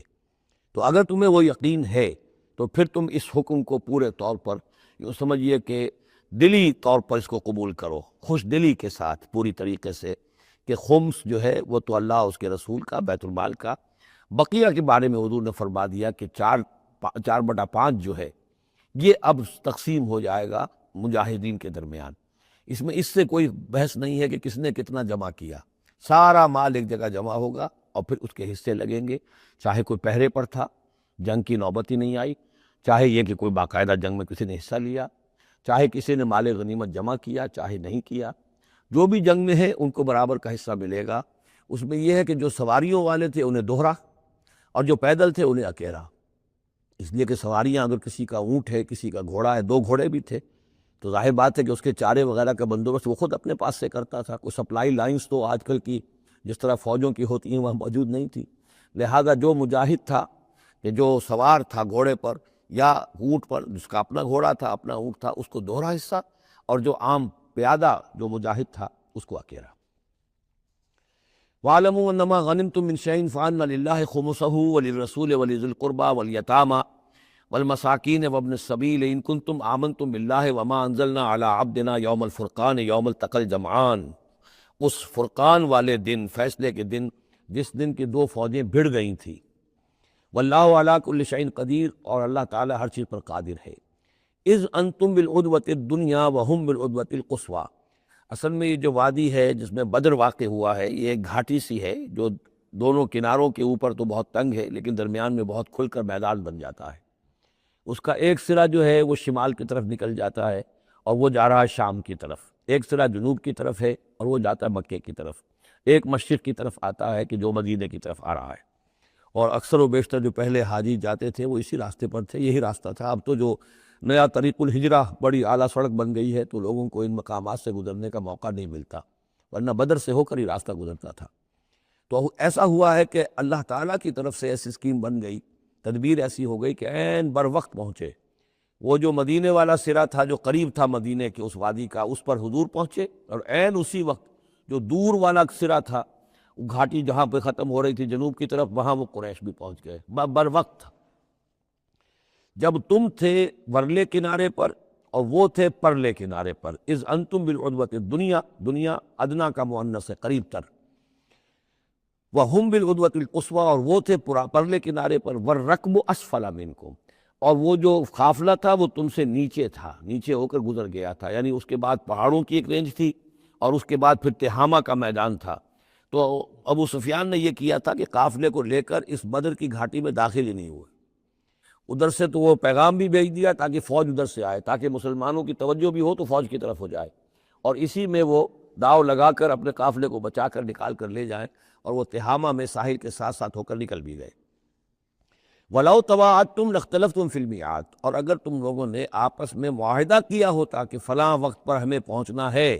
ہو سکتا ہے کہ تم ایک ساتھ نہ پہنچ سکتے، اختلاف ہو جاتا، جیسے اپوائنٹمنٹ ہوتی ہے فلاں وقت پہ میں بھی پہنچوں گا آپ بھی پہنچ جائیں تو کچھ نہ کچھ آگے پیچھے ہو جاتا ہے، تو اگر تم طے کر کے بھی آتے تو اتنا نہ ہوتا جتنا کہ ہم نے اپنی مشیت اپنی تدبیر سے کر دیا کہ عین وقت پر تمہیں وہاں پہنچا دیا۔ اس کی وجہ کیا تھی؟ ہم چاہتے تھے کہ یہ ٹکراؤ ہو جائے اور یہ بات واضح ہو جائے کہ جان لے اہل مکہ کہ اللہ تعالیٰ کی نصرت کس کے ساتھ ہے، اس کے عوام بھی سمجھ لیں۔ وَلَٰكِن لِيَقْضِيَ اللَّهُ أَمْرًا كَانَ مَفْعُولًا، لیکن یہ سب کچھ لیے ہوا تاکہ اللہ تعالیٰ طے کر دے وہ شے، فیصلہ کر دے کہ جو ہو کر رہنی ہے، کان مفعولا، لِيَهْلِكَ مَنْ هَلَكَ عَنْ بَيِّنَةٍ، تاکہ اب جسے ہلاک ہونا ہے وہ ہلاک ہو بات کے واضح ہو جانے کے بعد۔ اب بھی عوام کی اگر آنکھیں نہیں کھلتی تو پھر گویا کہ وہ پھر مورد الزام خود ہے، اب ان کے سرداروں نے جو کچھ ان کی مت ماری تھی، اب آ کر اس موقع کے بعد ان کی آنکھیں کھل جانی چاہیے۔ اب بھی اگر کوئی ہلاک ہوتا ہے تو بات کے واضح ہونے کے بعد ہلاک ہو، لِيَهْلِكَ مَنْ هَلَكَ عَنْ بَيِّنَةٍ وَيَحْيَىٰ مَنْ حَيَّ عَنْ بَيِّنَةٍ، اور جسے جینا ہے، جس کی زندگی ہے روحانی زندگی اور جو سیدھے راستے پر آنا چاہتا ہے، وہ بھی اس بینہ کی بنا پر وہ سیدھے راستے پر آ جائے اور حیات معنوی حاصل کر لے۔ وَإِنَّ اللَّهَ سَمِيعٌ عَلِيمٌ، اور یقیناً اللہ سب کچھ سننے والا اور جاننے والا ہے۔ اِذْ يُرِيكَهُمُ اللَّهُ فِي مَنَامِكَ قَلِيلًا، جبکہ اللہ تعالیٰ آپ کو دکھا رہا تھا اے نبی ان کو آپ کی نیند میں کم۔ حضور نے خواب میں دیکھا کہ کوئی بڑی طاقت نہیں ہے، بڑی تھوڑی سی جمعیت ہے قریش کی جو آئی ہے، حالانکہ 1000 کا لشکر تھا۔ وَلَوْ أَرَاكَهُمْ كَثِيرًا، اور اگر آپ کو دکھایا ہوتا کہ وہ بڑی بڑی تعداد میں آ رہے ہیں، لفشلتم، اور آپ نے وہ بات بتائی ہوتی صحابہ کرام کو، اپنے ساتھیوں کو، تو اے مسلمانوں پھر تم کمزوری دکھاتے، تم ڈھیلے پڑ جاتے، ولا تنازعتم فی الامر، اور معاملے کے اندر پھر کوئی ایک اور تنازع کھڑا ہو جاتا کہ ہمیں یہاں جنگ کرنی بھی چاہیے کہ نہیں، ولیکن اللہ سلم، لیکن اللہ تعالیٰ نے سلامتی پیدا فرما دی، انہ علیم بذات الصدور، یقیناً وہ جو کچھ سینوں کے اندر ہے اس سے واقف ہے۔ اس کی توجہ یہ کی ہے مفسرین نے کہ اگرچہ نبی کا خواب جھوٹا نہیں ہو سکتا، یہ نہیں تھا کہ حضور کو جو خواب دکھایا گیا وہ غلط تھا، اصل میں ان کی جو معنوی حقیقت تھی وہ دکھا دی گئی۔ ایک ہے کسی شے کے اندر جو کمیت ہے، کوانٹیٹیو ایلیمنٹ ہے اس کا، ایک ہے جو اس کی کیفیت ہے، جو اس کے اندر اصل حقیقت ہے۔ تو یہ بات جو ہے اچھی طرح سمجھ لینے کی ہے کہ مکے سے جو اصل نفری آئی تھی وہ تو ان عوام الناس کی تھی کہ جن کو بارے میں جن کو معلوم تھا کہ محمد ہمارے بہترین آدمی ہیں صلی اللہ علیہ وسلم، اور جو ان کے ساتھی ہیں وہ ہمارے گلے سرسبد ہیں، ہمارے خاندان کے قریش کے بہترین لوگ ہیں، اور پھر یہ کہ انہوں نے کوئی جرم نہیں کیا ہے، کوئی ظلم نہیں کیا ہے، وہ صرف ایک خدا واحد کا کے ماننے والے اور جو ہے وہ نیکیوں کا حکم دینے والے ہیں۔ تو جو ان کے ہاں جو بھی جس کو ہم کہتے ہیں سائلنٹ میجورٹی، عوام الناس، ان کے دل اپنے لیڈروں کے ساتھ نہیں تھے۔ آ تو گئے تھے وہ، ظاہر ان کا جبر تھا، ان کا فیصلہ تھا، لیڈروں کا حکم تھا، آ گئے تھے، لیکن مارے باندھے کو آئے ہوئے تھے۔ ان کے دلوں کے اندر وہ بات نہیں تھی کہ جو کسی ایسے لشکر میں ہوتی ہے کہ جو سمجھتا ہے اپنے آپ کو برحق، ہم حق کے لیے لڑ رہے ہیں، تو اس کے اندر جو طاقت ہوتی ہے اس لڑنے والے کے اندر، وہ اس شخص میں نہیں ہوتی کہ جو مارے باندھے کو لے آیا گیا ہو اور خود اسے اپنے دل میں یہ یقین نہ ہو کہ میں حق کے لیے لڑ رہا ہوں۔ اس اعتبار سے معنوی طور پر جو ان کی کیفیت تھی اس کے اعتبار سے وہ واقعتاً کم تھے۔ تو حضور کو خواب میں اللہ تعالیٰ نے ان کی اصل حقیقت دکھائی۔ وَإِذْ يُرِيكُمُوهُمْ إِذْ الْتَقَيْتُمْ فِي أَعْيُنِكُمْ قَلِيلًا وَيُقَلِّلُكُمْ فِي أَعْيُنِهِمْ، مزید برآں اللہ نے یہ کیا کہ جب دونوں لشکر ٹکرائے ہیں تو ایسی کیفیت پیدا کر دی کہ مسلمانوں کو بھی وہ تھوڑے لگ رہے تھے کہ کوئی زیادہ لوگ نہیں، اور انہیں بھی مسلمان تھوڑے نظر آ رہے تھے۔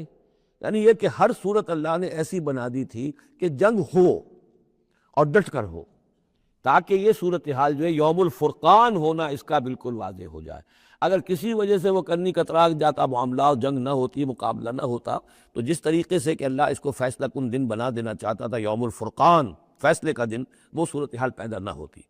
لِيَقْضِيَ اللَّهُ أَمْرًا كَانَ مَفْعُولًا، تاکہ اللہ پورا کر دے اس معاملے کو کہ جو ہونے والا ہی تھا۔ وَإِلَى اللَّهِ تُرْجَعُ الْأُمُورُ، اور تمام معاملات بالآخر تو اللہ ہی کی طرف لوٹا دیے جائیں گے۔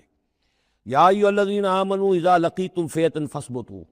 اے اہل ایمان جب بھی اب تمہارا، اب چونکہ دور شروع ہو گیا ہے، اب تمہاری جد و جہد جو ہے وہ آخری مرحلے میں داخل ہو چکی ہے، مسلح تصادم کا آغاز ہو چکا ہے، اور یہ تو ابھی پہلی جنگ ہے، ابھی جنگیں اور آنی ہیں، اگلے ہی سال غزوہ احد ہو گیا۔ جب بھی تمہارا مقابلہ ہو کسی فوج سے فاثبتوا، پہلا حکم تو یہ ہے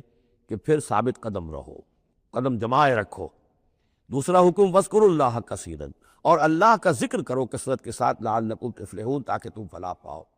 تمہاری جو طاقت ہے وہ اللہ تعالیٰ کے بھروسے پر ہے۔ وَاصْبِرْ وَمَا صَبْرُكَ إِلَّا بِاللَّهِ،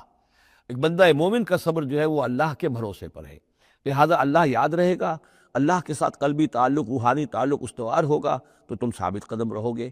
اور اگر اللہ کے رشتہ ٹوٹ گیا، قلبی رشتہ، روحانی رشتہ، تو پھر تمہارے اندر جان نہیں ہوگی۔ اور تیسرا حکم لعلکم تفلحون، تاکہ تم مراد پاؤ، اور تیسرا حکم اطیعوا اللہ ورسولہ، اور دیکھو تیسرا حکم یہ ہے کہ جو ڈسپلن ہے اس کی پابندی کرو، حکم مانو اللہ کا اور اس کے رسول کا۔ اب ویسے تو یہاں اللہ کا حکم بھی کہا گیا ہے، لیکن ظاہر بات ہے کہ وہاں تو ہر وقت جو حکم آتا تھا وہ رسول کا حکم آتا تھا، اس لیے کہ قرآن بھی آ رہا ہے تو رسول کی زبان سے ادا ہو رہا ہے، اور رسول اپنی جانب سے اپنی اجتہاد کے تحت، اپنی رائے کے تحت، اپنی تدبیر کے تحت کوئی رائے دے رہے ہیں تو ابھی حضور کی زبان مبارک سے ادا ہو رہا ہے۔ تو ویسے کہنے کو یہ اللہ اور اس کے رسول کی اطاعت کرو، لیکن عملاً وہ رسول اطاعت بن جاتی ہے۔ بمصطفیٰ برساں خویش را کہ دی ہمہ اوست، واطیعوا اللہ ورسولہ ولا تنازعوا، اور دیکھو آپس میں جھگڑو نہیں۔ یہی وہ الفاظ آئے ہیں جو سورہ آل عمران میں ہم پڑھ چکے ہیں۔ وَلَقَدْ صَدَقَكُمُ اللَّهُ وَعْدَهُ إِذْ تَحُسُّونَهُم بِإِذْنِهِ حَتَّىٰ إِذَا فَشِلْتُمْ وَتَنَازَعْتُمْ فِي الْأَمْرِ وَعَصَيْتُمْ مِن بَعْدِ مَا أَرَاكُمْ مَا تُحِبُّونَ۔ اب یہ ایک سال بعد ہونے والا ہے، یہ ایک سال پہلے ان سے کہا جا رہا ہے نظم کی پابندی کرو، اطاعت رسول پر کاربند رہو، وَلَا تَنَازَعُوا، اختلاف نہ کرو، جھگڑا نہ ڈالو، فَتَفْشَلُوا، تو تم ڈھیلے پڑ جاؤ گے، وَتَذْهَبَ رِيحُكُمْ، اور تمہاری ہوا اکھڑ جائے گی، وَاصْبِرُوا، اور ثابت قدم رہو، إِنَّ اللَّهَ مَعَ الصَّابِرِينَ، یقیناً اللہ تعالیٰ صابروں کے ساتھ ہے، اللہ کی نصرت، تائید اہل صبر کے ساتھ ہے۔ ولا تکونوا کالذین خرجوا من دیارہم بطرا ورئاء الناس، ان لوگوں کے مانند نہ ہو جانا کبھی جو نکلے تھے اپنے گھروں سے اتراتے ہوئے، ایڑتے ہوئے، اکڑتے ہوئے لوگوں کو دکھانے کے لیے۔ یہ وہ قریش کا لشکر جب چلا ہے تو ابو جہل نے جو بھی ساز و سامان کیا تھا اس کے لیے ڈھول ڈمک کا بھی تھا، اور اس کے ساتھ جو ہے ہر طرح کا لاؤ لشکر، تو وہ تو جا رہے تھے بالکل اس خیال سے کہ فتح ہماری ہے ہی ہے اور ہم مسل کر رکھ دیں گے، جیسے مچھر کو مسل دیا جاتا ہے۔ یہ مسلمان ہیں ہی کتنے، وہ جو ہے خوب اپنے شان و شوکت کا مظاہرہ کرتے ہوئے جا رہے تھے۔ وَيَصُدُّونَ عَن سَبِيلِ اللَّهِ، اور حقیقت کیا تھی کہ اللہ کے راستے سے روک رہے تھے۔ وَاللَّهُ بِمَا يَعْمَلُونَ مُحِيطٌ، اور جو کچھ وہ کر رہے تھے اللہ اس کا احاطہ کیے ہوئے تھا، اللہ کے قابو سے باہر جانے والی ان کی کوئی تدبیر نہیں تھی۔ وَإِذْ زَيَّنَ لَهُمُ الشَّيْطَانُ أَعْمَالَهُمْ، اور جب کہ شیطان نے ان کے لیے ان کے اعمال کو مزین کر دیا تھا۔ وَقَالَ لَا غَالِبَ لَكُمُ الْيَوْمَ، اور اس نے ان کے کان میں یہ پھونک ماری تھی، یہ وسوسہ ڈالا تھا، آج تم پر کوئی غالب نہیں آ سکتا۔ مکے سے نکلی ہو نفری اور 1000 کی، یہ تو گویا کہ بڑی انہونی سی بات تھی، عرب کے اندر اس طرح کے مواقع بہت کم آتے تھے۔ لا غالب لکم اليوم من الناس، کوئی انسانوں میں سے تم پر غالب نہیں آ سکتا۔ وانی جار لکم، اور میں بھی تمہارے ساتھ ہی ہوں۔ فلما تراءت الفئتان، اور جب دونوں لشکروں نے ایک دوسرے کو دیکھا، آمنے سامنے ہوئی، نکص علی عقبیہ، تو وہ شیطان اپنی ایڑیوں کے بل پیچھے مڑ گیا، بھاگا۔ وقال، اور اس نے کہا انی بریء منکم، میں تم سے لا تعلق ہوں، میرا تم سے کوئی تعلق نہیں۔ انی ارا ما لا ترون، میں وہ کچھ دیکھ رہا ہوں جو تم نہیں دیکھ رہے۔ فرشتوں کو دیکھنا جو ہے، چونکہ یہ بھی ناری مخلوق ہے، نور اور نار میں بڑا قرب ہے۔ نوری مخلوق ہے ملائکہ، اور ناری مخلوق ہے جن، اور یہ جن ہے عزازیل، ابلیس۔ تو اس کو نظر آ گیا، فرشتے آ رہے، انی ارا ما لا ترون، میں وہ کچھ دیکھ رہا ہوں جو تم نہیں دیکھ سکتے۔ انی اخاف اللہ، مجھے اللہ کا خوف ہے۔ واللہ شدید العقاب، اور اللہ سزا دینے میں بہت سخت ہے۔ اذ یقول المنافقون والذین فی قلوبہم مرض، اب یہ ایک نقشہ تو یہ تھا کہ جب چلے آ رہے تھے قریش کا لشکر لے کر ابو جہل اور اس کے ساتھی سردار، اور ادھر شیطان بھی ان کو پہلے تو پیٹھ ٹھوکتا ہوا آ رہا ہے، اور عین وقت پر جو ہے وہ ان کو ساتھ چھوڑ کر بھاگا ہے۔ ادھر جب مدینے کے اندر، اب جہاں وہاں سے مسلمان چلے تھے، حضور چلے تھے، تو جو کوئی منافق پیچھے رہ گئے تھے وہ اب باتیں کر رہے تھے۔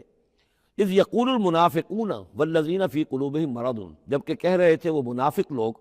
اور وہ لوگ کہ جن کے دلوں میں روگ تھا،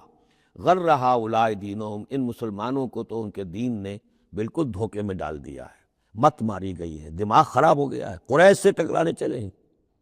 ان کی عقل جواب دے گئی ہے۔ ہم تو پہلے بھی سمجھتے تھے کہ یہ سفہاء ہیں، بے وقوف ہیں، احمق ہیں، لیکن اب تو معلوم ہوتا ہے کہ سرے سے مت ماری گئی۔ غر ہؤلاء دینہم، ان کے دین نے ان کی مت مار دی۔ ومن یتوکل علی اللہ فإن اللہ عزیز حکیم، انہیں کیا پتا کہ جو کوئی توکل کرے اللہ پر تو اللہ تعالیٰ زبردست ہے، حکمت والا۔ وَلَوْ تَرَىٰ يَتَوَفَّى الَّذِينَ كَفَرُوا الْمَلَائِكَةُ، اور کاش تم دیکھ سکتے جب کہ قبض کرتے ہیں فرشتے ان کافروں کو، ان کی جانوں کو، یضربون وجوہہم، ان کے چہروں پر ضرب لگاتے ہوئے، وادبارہم، اور ان کی پیٹھوں پر، وذوقوا عذاب الحریق، اور کہتے اب چکھو جلنے کا عذاب۔ ذالک بما قدمت ایدیکم، اور یہ وہ کچھ ہے جو تمہارے اپنے ہاتھوں نے آگے بھیجا ہے۔ وان اللہ لیس بظلام للعبید، اور یہ کہ اللہ تو ہرگز اپنے بندوں کے حق میں ظالم نہیں ہے، ظلم کرنے والا نہیں ہے۔ کداب آل فرعون والذین من قبلہم، جیسے کہ معاملہ ہوا آل فرعون کا اور ان کا جو ان سے پہلے تھے۔ آل فرعون سے پہلے قوم شعیب سے پہلے صدوم اور عمورہ کی بستیاں، ان سے پہلے قوم سمود، ان سے پہلے قوم عاد، ان سے پہلے قوم نوح۔ یہ ہم سورہ اعراف کے اندر یہ ساری چیزیں پڑھ کر آئی۔ کداب آل فرعون والذین من قبلہم کفروا بآیات اللہ، انہوں نے بھی اللہ کی آیات کا کفر کیا۔ فأخذہم اللہ بذنوبہم، تو اللہ نے پکڑ لیا انہیں ان کے گناہوں کی پاداش میں۔ ان اللہ قوی شدید العقاب، یقیناً اللہ تعالیٰ قوی ہے، قوت والا ہے، زور آور ہے، اور سزا دینے میں سخت ہے۔ ذالک بان اللہ لم یکن مغیرا نعمۃ انعمھا علی قوم حتی یغیروا ما بانفسہم، یہ اس لیے ہے کہ اللہ تعالیٰ کا یہ طریقہ نہیں ہے کہ کوئی نعمت جو اس نے کسی قوم کو دی ہو اس میں تغیر کر دے جب تک کہ وہ قوم اپنے اندر کی کیفیت کو متغیر نہ کر دے۔ یعنی یہ ہر قوم جو اٹھی تھی اسی شکل میں اٹھی تھی کہ اللہ تعالیٰ نے ایک نبی بھیجا، جیسے کہ قوم ہود ختم ہوئی تو حضرت ہود اور ان کے ساتھیوں کے ذریعے سے ایک نئی قوم وجود میں آئی جو آگے چل کر سمود کہلائی۔ تو یہ لوگ کون تھے؟ یہ لوگ تھے جن کو اللہ نے نعمت دی تھی، انعام دیا تھا، احسان کیا تھا، ایمان انہیں ملا تھا، لیکن جب انہوں نے اپنی اس نعمتوں کو بدل دیا، کفر کی روش پر آ گئے، توحید کی پگڈنڈی چھوڑ کر، توحید کی شاہراہ کو چھوڑ کر شرک کی پگڈنڈیوں پہ مڑ گئے، تو پھر اللہ تعالیٰ کی نعمت بھی تبدیل ہو جاتی ہے، اللہ تعالیٰ نعمت سلب کر لیتا ہے، انعام کی جگہ پر اللہ کا عذاب آ جاتا ہے۔ ذالک بأن اللہ لم یک مغیرا نعمتا انعمها علی قوم حتی یغیروا ما بانفسہم۔ یہی ہے جو مضمون آگے بھی آئے گا سورہ رعد میں بھی، اور اس کو پھر یہ کہ اردو میں بھی ایک شعر میں لوگوں نے پیش کیا ہے کہ خدا نے آج تک اس قوم کی حالت نہیں بدلی، نہ ہو جس کو خیال آپ اپنی حالت کے بدلنے کا۔ قوموں کے اپنے اندر کے حالات بدلتے ہیں تو پھر تقدیر بدلتی ہے، صرف خواہش سے، وشفل تھنکنگ سے، امانی سے کوئی بات نہیں ہوا کرتی۔ اور قوم ظاہر بات ہے کہ افراد پر مشتمل ہوتی ہے، پہلے کچھ افراد بدلیں گے، ان کے اندر قلب ماہیت ہوگی، ان کا باطن بدلے گا، ان کی سوچ، ان کے نظریات، ان کے خیالات، ان کے مقاصد، ان کی دلچسپیاں، ان کی امنگیں تبدیل ہو جائیں گی۔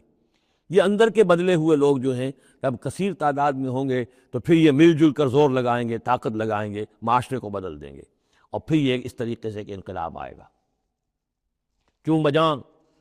در رفت جہاں دیگر شود، جہاں چو دیگر شد جہاں دیگر شود۔ جب یہ قرآن کسی کے اندر اتر جاتا ہے، اس کے اندر ایک تبدیلی آ جاتی ہے، بالکل بدل جاتا ہے انسان اندرونی طور پر، اور یہ اندرونی تبدیلی ہے جو عالمی انقلاب تک ممتد ہو سکتی ہے۔ وَأَنَّ اللَّهَ سَمِيعٌ عَلِيمٌ، اللہ سب کچھ سننے والا، جاننے والا ہے۔ کذاب آل فرعون، جیسے کہ دستور تھا یا ہوا معاملہ آل فرعون کا، والذین من قبلہم، اور جو ان سے پہلے تھے،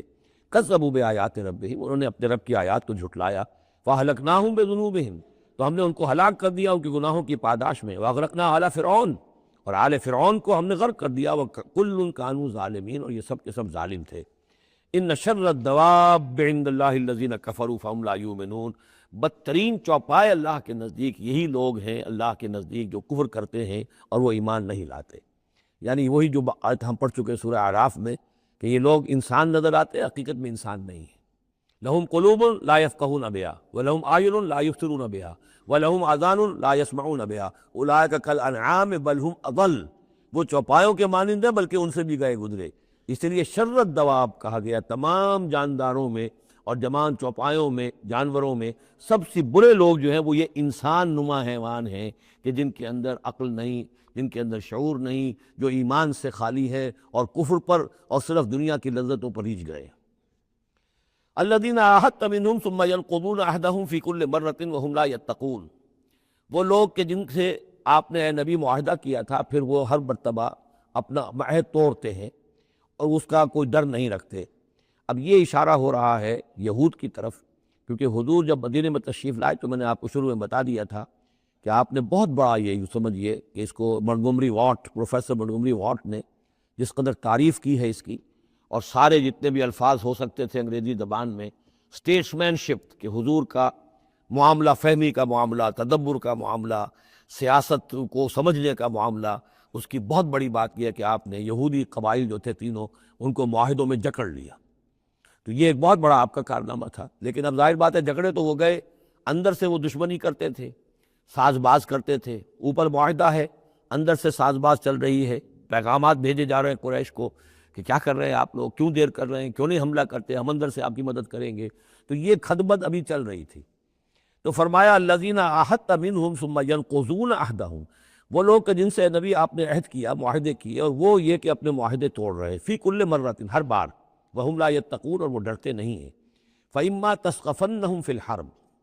تو اگر آپ پا جائیں انہیں جنگ میں، فشرد بہم من خلفہم،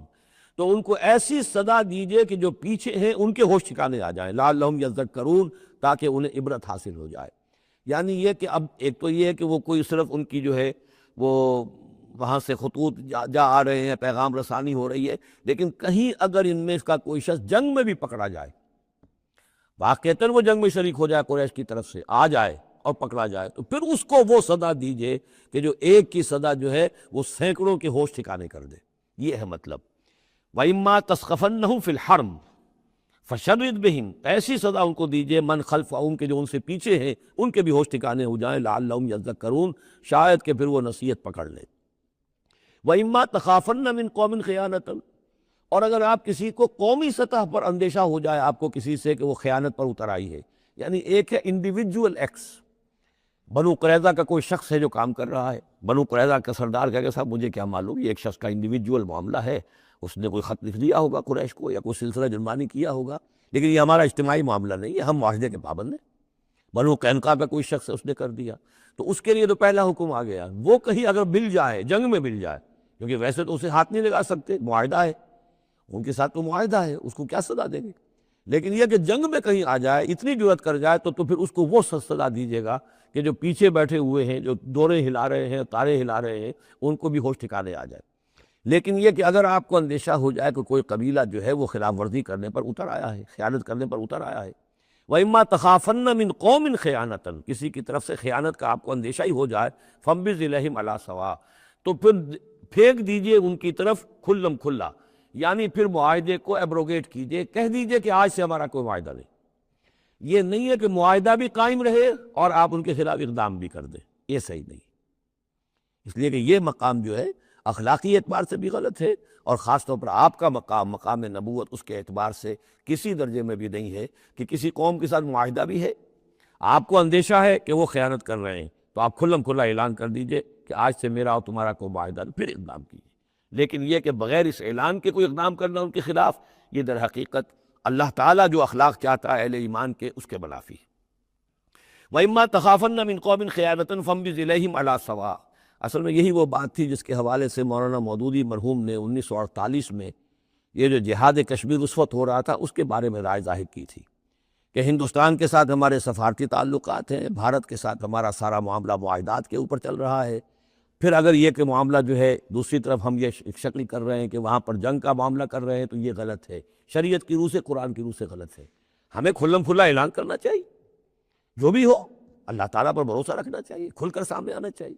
یہ یا کہ میز کے اوپر تو معاہدہ ہے، ہاتھ مل رہے ہیں اور اور میز کے نیچے سے ٹانگیں گھسیٹی جا رہی ہیں، یہ دنیا داروں کا دندہ تو ٹھیک ہے، لیکن اسلام کی روح سے ایک اسلام کے نام پر بننے والی مملکت کی حکومت کا یہ طرز عمل درست نہیں ہے۔ یہ تھا وہ معاملہ جو سن 48 میں مولانا مودودی نے یہ رائے ظاہر کی تھی، اور اس پر پھر کافی ان کے خلاف جو ہے عوامی جذبات جو ہے وہ بہت جو ہے اس وقت بہت بلند ہو گئے تھے، مشتعل ہو گئے تھے، اس لیے کہ عوام کی اپنی سوچ ہوتی ہے۔ وَإِمَّا تَخَافَنَّ مِنْ قَوْمٍ خِيَانَةً فَانبِذْ إِلَيْهِمْ عَلَىٰ سَوَاءٍ، معاہدہ ان کے منہ پر دے مارو، ان اللہ لا يحب الخائنین، یقیناً اللہ تعالیٰ کو خیانت کرنے والے پسند نہیں ہے۔ وَلَا يَحْسَبَنَّ الَّذِينَ كَفَرُوا سَبَقُوا، اور نہ سمجھے وہ لوگ جنہوں نے کفر کیا ہے کہ وہ بچ نکلے ہیں، یعنی یہ کہ اب اگر کچھ لوگ بچ کے بھی تو چلے گئے نا، آخر 1000 کی نفری آئی تھی، انہم لا یعجزون، یہ جو بچ کر چلے گئے وہ یہ نہ سمجھے کہ وہ اللہ کو عاجز کر دیں گے، وہ عاجز نہیں کر سکیں گے۔ وَأَعِدُّوا لَهُم مَّا اسْتَطَعْتُمْ، اور اے مسلمانوں اب جب یہ نیا دور شروع ہو ہی گیا ہے تمہاری اس دعوت و تحریک کا، تو اب پوری طریقے سے اپنے امکان بھر سامان حرب تیار کرو۔ اعدوا لہم، اعداد، تیاری کرنا، اسلحہ تیار کرو، سامان جنگ تیار کرو، گھوڑے تیار رکھو، رسالہ تمہارا ہونا چاہیے، جو بھی تمہارے لیے ممکن ہے۔ یہ توکل کا مطلب یہ نہیں ہے کہ تم ہاتھ پر ہاتھ دھر کر بیٹھ رہو اللہ تمہاری مدد کرے گا۔ اعدوا لہم ما استطعتم، اپنی استطاعت جو ہے اس کی حد تک تو پوری تیاری کرو، من قوت، طاقت سے بھی، ومن رباط الخیل، اور پلے ہوئے گھوڑوں کے ذریعے سے بھی، اس لیے کہ اس زمانے میں جنگ کے لیے سب سے زیادہ جو مؤثر شے تھی آپ کو معلوم ہے وہ گھوڑا، تیز رفتار ہے، اونٹ جو ہے تیز دوڑ نہیں سکتا ہے، اور اسی حوالے سے آج سمجھ لیجیے ہمارے لیے بہت اہم مسئلہ ہے یہ، اللہ تعالیٰ نے شاید عالم اسلام میں پورے میں پتہ نہیں 50 60 70 کتنے ملک دنیا میں ہیں مسلمان کہلاتے ہیں، ایک ملک ہے صرف جسے ایٹمک صلاحیت دی ہے، اور یہ امانت پوری امت مسلمہ کی ہے، مسلمانان پاکستان کے پاس، اور اس کے بارے میں اگر امریکہ کا دباؤ قبول کر لیا گیا تو یہ سب سے بڑی خیانت ہوگی اللہ کے ساتھ، امت مسلمہ کے ساتھ، اللہ کے دین کے ساتھ۔ وہ اسرائیل لے کر بیٹھا ہوا ہے ایٹم بم کے، اس کے پاس انبار لگے ہوئے، لیکن یہ کہ ساری پالیسی جو چل رہی ہے وہ یہ کسی طریقے سے پاکستان کا، ایک عراق کے بارے میں اندیشہ ہوا تھا کہ اسے ایٹمی دانت نکل سکتے ہیں، اس ایک مرتبہ اس کا وہ ایٹمک پلانٹ جو ہے اس کا بھرکس نکال دیا تھا، دوسری مرتبہ یہ کہ اس کا پورا بھرکس ہی نکل گیا، اگلا پچھلا کھایا پیا سب اگلوا دیے۔ اور پاکستان پر سارا دباؤ، ساری ڈپلومیسی جو بھی چل رہی ہے اس وقت، کان کھولنے کی اور آنکھیں کھول کر دن گزارنے کی ضرورت ہے۔ ہمیں حکم یہ ہے کہ جو بھی اللہ نے تمہیں دیا ہے، تمہارا امکان، جو بھی تمہارے پاس امکانی طاقت ہے اسے سنبھال کر رکھو، ڈیٹرنٹ۔ اعدوا لهم ما استطعتم من قوۃ وبالرباط الخیل ترہبون به عدو اللہ، تاکہ تم اللہ کے دشمنوں کو اس سے ڈرا سکو، یہی ہے ڈیٹرنٹ، معلوم ہو کہ ان کے پاس وہ طاقت ہے، وعدوکم، اور اپنے دشمنوں کو بھی ڈرا سکو، وآخرین من دونہم، ایک تو ہے اللہ کے دشمن اور تمہارے دشمن ایک اور بھی ہے جو ان کے سوا ہیں، ان کے پرے ہیں، انہیں تم نہیں جانتے، لا تعلمونہم اللہ یعلمہم، اللہ انہیں جانتا ہے، یعنی وہ مارے آستین منافقین ہیں، یہ تمہاری اپنی آستینوں کے اندر بیٹھے ہوئے ہیں، تمہیں پتہ بھی نہیں ہے کہ وہ لوگ بھی در حقیقت ففتھ کالمسٹ عنصر ہے کہ جو در حقیقت تمہاری تباہی چاہتا ہے، بربادی چاہتا ہے۔ وما تنفقوا من شیء، اب ظاہر بات ہے کہ اگر ساز و سامان فراہم کرنا ہے، اسلحہ فراہم کرنا ہے، اور ساز و سامان کے لیے جو ہے گھوڑے تیار کرنے ہیں، تو انفاق کرنا پڑے گا، انفقوا مما رزقناکم وما تنفقوا من شیء فی سبیل اللہ یوفی الیکم، اور دیکھو جو کچھ بھی تم خرچ کرو گے اللہ کی راہ میں وہ پورا پورا تمہیں مل جائے گا، پورا پورا دیا جائے گا، وانتم لا تظلمون، اور تم پر کوئی زیادتی نہیں ہوگی، تمہاری کوئی حق تلفی نہیں ہوگی۔ تم دو تو صحیح،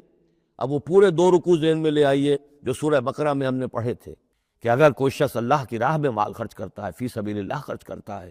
جیسے ایک دانہ جو ہے وہ زمین کے اندر ڈال دیتے ہو، اس سے جو ایک پودا نکلتا ہے، اس میں سٹے ہوتے ہیں، 7 سٹے ہیں، اور ہر سٹے کے اندر 100 دانے ہیں، تو وہ ایک دانہ 700 دانے پیدا کر رہا ہے، اور اللہ تعالیٰ جس کو چاہے گا 700 گنا سے بھی زیادہ اجر و ثواب دے گا۔ کہاں صد کا رکھ رہے ہو اپنے پیسے، خرچ کر دو اسے، اس لیے کہ اب اس دعوت کا اور اس تحریک کا اور محمد رسول اللہ کی جو جد و جہد ہے اس کا وہ مرحلہ آ گیا ہے کہ اب ساز و سامان اور کیل کانٹے سے لیس ہونا ضروری ہے۔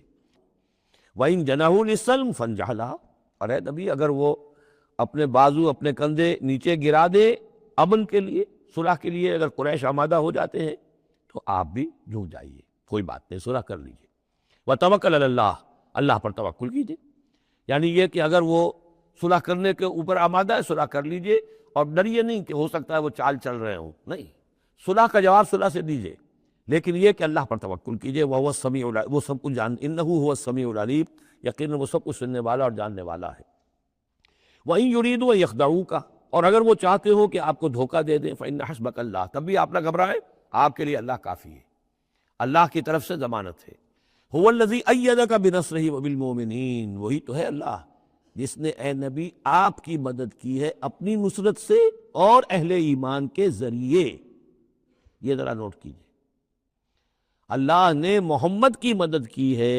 اہل ایمان کے ذریعے، یعنی اللہ تعالیٰ کا یہ فضل ہوا محمد رسول اللہ صلی اللہ علیہ وسلم پر کہ ایسے صحابہ عطا فرمائے جو مخلص تھے، کہ جہاں آپ کا پسینہ گرا وہاں انہوں نے اپنی خون کی ندیاں بہا دی۔ حضرت موسیٰ کو ایسے ساتھی میسر نہیں آئے، کیا حال تھا جبکہ ان کو کہا گیا اللہ کی راہ میں جنگ کرو، اور ان کا فَذَهَبْ أَنْتَ وَرَبُّكَ فَقَاتِلَا إِنَّا هَاهُنَا قَاعِدُونَ، جاؤ تم جاؤ، ہم بیٹھے ہیں یہاں۔ رَبِّ إِنِّي لَا أَمْلِكُ إِلَّا نَفْسِي وَأَخِي فَافْرُقْ بَيْنَنَا وَبَيْنَ الْقَوْمِ الْفَاسِقِينَ۔ یہاں یہ ہوا کہ جب دوسری مرتبہ مقام صفرا پر جب ہوئی ہے جو مشاورت، اور وہ بڑی یوں سمجھیے کہ کانٹے کی مشاورت تھی، وہاں بھی کچھ لوگ زور دے رہے تھے مسلسل کہ چلیے ہمیں چلنا چاہیے پہلے قافلے کی طرف، وہ تو آپ کو سیرت کی کتابوں میں پڑھنا ہوگا، لیکن یہ ہے کہ اس وقت حضور کا منشا یہ تھا، آپ بار بار کہ اچھا آپ اور لوگ مشورہ دیں، اور لوگ بھی مشورہ دیں۔ حضرت مقداد نے کھڑے ہو کر یہی بات کہی رضی اللہ تعالیٰ عنہ، اے نبی آپ ہمیں موسیٰ کے ساتھی نہ سمجھیے جنہوں نے کہہ دیا تھا وَاصْطَبْ أَنْتَ وَرَبُّكَ فَقَاتِلَا إِنَّا هَاهُنَا قَاعِدُونَ، ہم آپ کے ساتھی ہیں، آپ جو حکم دیں ہم حاضر ہیں۔ حضرت ابوبکر نے تقریر کی، حضرت عمر نے تقریر کی، حضور دیکھ رہے ہیں انصار کا کیا منشا ہے، ان کی کیا رائے ہے۔ پھر کھڑے ہوئے حضرت سعد، انہوں نے کہا ہے کَأَنَّكَ تَعْنِينَا یا رسول اللہ، اے اللہ کے رسول شاید آپ کا روح سخن ہماری جانب ہے، شاید اس وجہ سے کہ ہمارا جو معاہدہ ہوا تھا بیعت عقبہ ثانیہ میں وہ یہ تھا کہ اگر مدینے پر حملہ ہوگا تو ہم آپ کی حفاظت کریں گے، شاید یہ گمان ہے آپ کا۔ فَإِنَّا آمَنَّا بِكَ وَصَدَّقْنَاكَ، ہم آپ پر ایمان لا چکے، ہم نے آپ کی تصدیق کی، ہم نے آپ کو اللہ کا رسول مانا، اب ہمارے پاس کوئی آپشن نہیں ہے۔ خدا کی قسم اگر آپ اپنا گھوڑا سمندر میں ڈال دیں گے ہم بھی آپ کے پیچھے اپنی سواریاں سمندر میں ڈال دیں گے،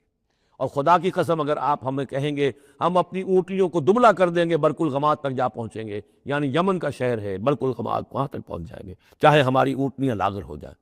اس کے بعد حضور کا چہرہ کھل اٹھا کہ انصار کی طرف سے بھی ان کے ایک رئیس نے یہ بات کہی ہے، پھر آپ نے کہا چلو اب بدر کی طرف۔ تو یہ اللہ تعالیٰ نے گویا کہ حضور کی مدد کی ہے اہل ایمان سے۔ هو الذی ایدک بنصرہ، ایک تو اللہ کی مدد آئی آسمان سے، فرشتے آئے، اور ایک وبالمومنین، اور اہل ایمان کے ذریعے سے آپ کی مدد کی ہے۔ من انصاری اللہ، کون ہے میرا مددگار اللہ کی راہ میں؟ وَأَلَّفَ بَيْنَ قُلُوبِهِمْ، اور ان اہل ایمان کے دلوں میں اللہ نے محبت پیدا کر دی۔ لَوْ أَنفَقْتَ مَا فِي الْأَرْضِ جَمِيعًا مَا أَلَّفْتَ بَيْنَ قُلُوبِهِمْ، ارے نبی اگر آپ دولت کے ذریعے سے محبت پیدا کرتے کہ لوگوں کو زیادہ زیادہ ان کے دل کی نرمی کے لیے، تالیف قلب کے لیے جو ہے پیسے دیے جائیں، اگر زمین کی ساری دولت بھی آپ خرچ کر دیتے تو ان میں یہ تالیف، یہ الفت پیدا نہیں ہو سکتی تھی۔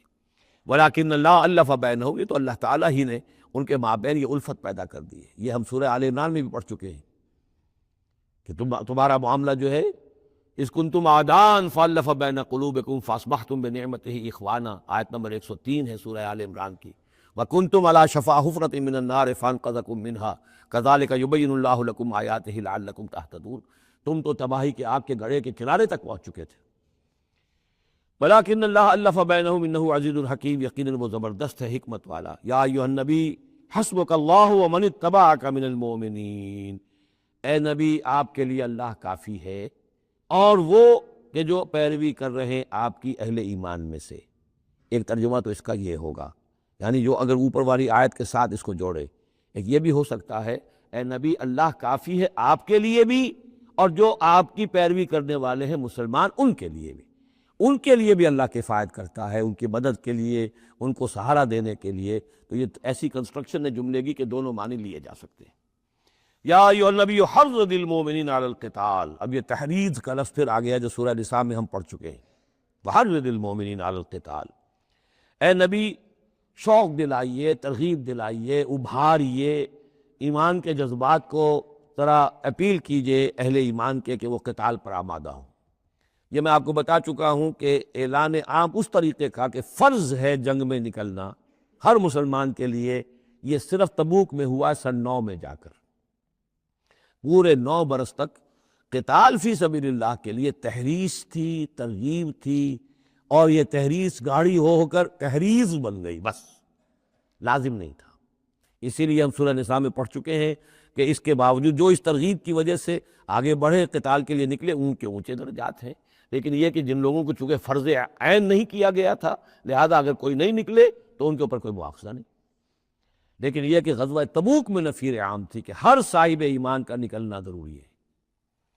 حرض المؤمنین علی القتال ان یکن منکم 20 صابرون، اگر تم میں سے 20 ہوں گے صبر کرنے والے، یغلبوا 200، تو وہ 200 پر غالب آ جائیں گے۔ وَإِن یکن منکم 100، اور اگر ہوں گے تم میں سے 100، یغلبوا 1000، وہ غالب آ جائیں گے 1000 پر، من الذین کفروا، کافروں میں سے، بأنہم قوم لا یفقہون، اس لیے کہ وہ سمجھ نہیں رکھتے۔ سمجھ سے مراد کیا ہے؟ انہیں اپنے موقف کی حقانیت کا یقین نہیں ہے۔ ایک شخص ہے جو جانتا میں حق پر ہوں، میں حق کے لیے لڑ رہا ہوں۔ ایک شخص ہے ڈل مل ہے، ایسے ہی لڑ رہا ہے، مارے باندھے کو لڑ رہا ہے، کسی کے کہے سے آ گیا، مرسینری ہے، تنخواہ یافتہ ہے اس لیے آ گیا۔ اب اس میں زمین و آسمان کا فرق ہوگا۔ تو ان لوگوں کو چونکہ وہ شے حاصل نہیں ہے، لہذا ان کی حالت کیا ہے کہ اگر آپ 10 ہوں گے 100 پر غالب آ جائیں گے۔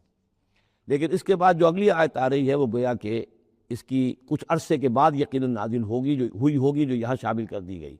الآن خفف اللہ عنکم، اب اللہ نے تم پر سے تخفیف کر دی ہے۔ وعلم ان فیکم ضعفا، اور اللہ کے علم میں ہے یہ بات کہ تمہارے اندر کچھ کمزوری آ گئی ہے۔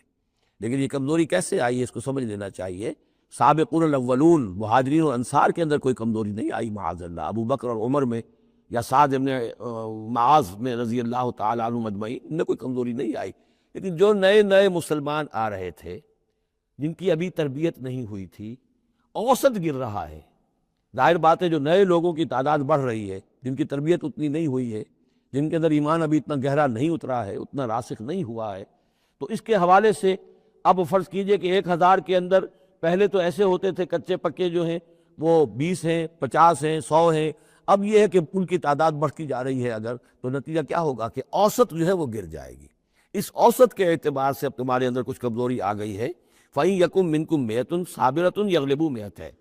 اب بھی یہ ہے کہ اگر تمہارے اندر 100 ہوں گے کہ جو صبر کرنے والے ہوں گے وہ 200 پر غالب آ جائیں گے۔ وَإِن يَكُن مِّنكُم 1000، اور اگر تم میں سے 1000 ہوں گے، يَغْلِبُوا 2000 بِإِذْنِ اللَّهِ، تو وہ 2000 پر غالب آ جائیں گے اللہ کے اذن سے۔ وَاللَّهُ مَعَ الصَّابِرِينَ، اور یقیناً اللہ صبر کرنے والوں کے ساتھ ہے۔ ما کان لنبی ان یکون لہ اسرا، اب یہ ایک اور بہت نازک معاملہ ہوا جو غزوہ بدر کے بعد، کہ وہ جو 70 قیدی پکڑے گئے ان کا کیا کیا جائے. جو قریش کے 70 قیدی، اب اس کی ایک شکل تو یہ تھی، مشاورت کی حضور نے، حضرت ابوبکر کی ایک رائے تھی، حضور کی اپنی رائے بھی وہی تھی، اس لیے کہ جو مزاج حضور کا تھا، آپ شفیق، نرم، رؤوف، رقیق القلب، یہی معاملہ حضرت ابوبکر کا تھا. حضرت عمر تھے سخت، اشدہم فی امر اللہ عمر. حضرت عمر کی یہ رائے تھی کہ ان سب کو قتل کر دینا چاہیے، اگر ہم نے فدیہ لے کر یا قوم معاف کر دیا، ویسے ہی یہ چھوڑ دیا، یہ پھر دوبارہ آئیں گے، کفر کو تقویت حاصل ہوگی. تو اس کو تو جب تک کہ کفر کی کمر ٹوٹ نہ جائے، یہ سانپ جو ہے جب تک کہ پوری طرح کچلا نہ جائے، اس وقت تک جو ہے ہمیں کوئی نرمی نہیں کرنی چاہیے. بلکہ وہ اس حد تک تھے کہ ہم میں سے یہ جو قیدی آئے ہیں، جو ان کے قریب ترین عزیز ہوں، بس مہاجرین کے اندر وہ لوگ موجود تھے، قریش کے جو لوگ پکڑے گئے ہیں، تو مہاجرین جو تھے یہاں صحابہ کرام وہ بھی تو قرشی تھے، تو اپنے قریب ترین عزیزوں کو اپنے ہاتھ سے قتل کریں. یہ حضرت عمر کی رائے تھی. حضور صلی اللہ علیہ وسلم کی رائے اور حضرت ابوبکر کی رائے بھی یہ تھی کہ نہیں،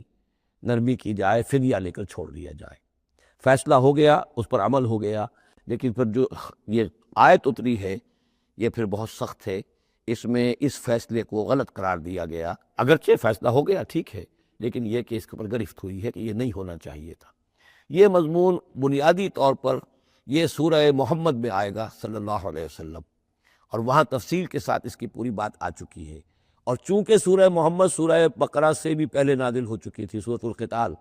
اس حوالے سے یہ بات جو ہے بہت اہم ہے کہ اس میں یہ قاعدہ قانون آ چکا تھا. اس کے باوجود اس بات کا ہو جانا یہ گویا کہ ایک طرح سے ایک کوتاہی ہوئی ہے، وقتی طور پر نظر انداز ہو گیا اللہ تعالیٰ کا مستقل حکم.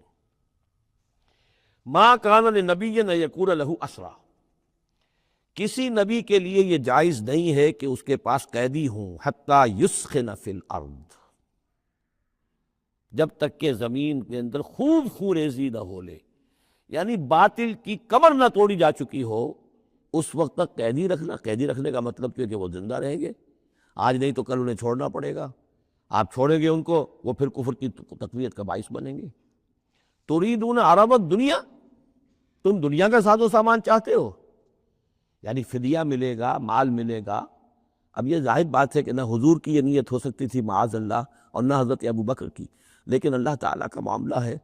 جب وہ اپنے نبیوں کے اوپر بھی کبھی گرفت کرتا ہے تو بظاہر الفاظ بڑے سخت ہوتے ہیں، بظاہر بڑے سخت ہوتے ہیں، تو اس کے اندر وہ سختی موجود ہے. ظاہر بات ہے کہ یہ بات نہ حضور کے لیے نہ حضرت ابوبکر کے لیے. تريدون عرض الدنیا، تم دنیا کا سامان چاہتے ہو، واللہ یرید الآخرہ، اللہ کے پیش نظر آخرت ہے. سورہ محمد کی آیت نمبر 4 میں یہ پورا قانون آئے گا، ہم وہاں پڑھ لیں گے. واللہ عزیز الحکیم، اور اللہ تعالی عزیز اور حکیم ہے. لولا کتاب من اللہ سبقہ، اگر نہ ہوتی بات اللہ کی طرف سے جو پہلے سے آ چکی تھی، یعنی سورہ محمد کی آیت نمبر 4، اس میں ایک امکان نکلتا تھا اس کی تعبیر کا، اگرچہ تعبیر کے اندر میرے نزدیک غلطی ہوئی ہے، لیکن پھر بھی ایک اس کے اندر امکان موجود تھا جس کو کہ استعمال کیا ہے محمد الرسول اللہ صلی اللہ علیہ وسلم سے. لولا کتاب من اللہ سبقہ، اگر یہ اللہ تعالیٰ کی طرف سے بات پہلے سے طے نہ ہو چکی ہوتی، لمسکم فیما اخذتم عذاب العظیم، تو جو کچھ تم نے یہ فدیہ وغیرہ لیا ہے اس پر تم پر بڑا سخت عذاب آتا.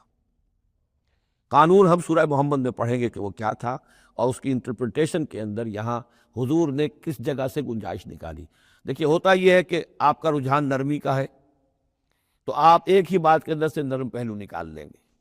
جیسے کہ میں نے عرض کیا تھا کہ جو لوگ کے سنتے ہیں الذین یستمعون القول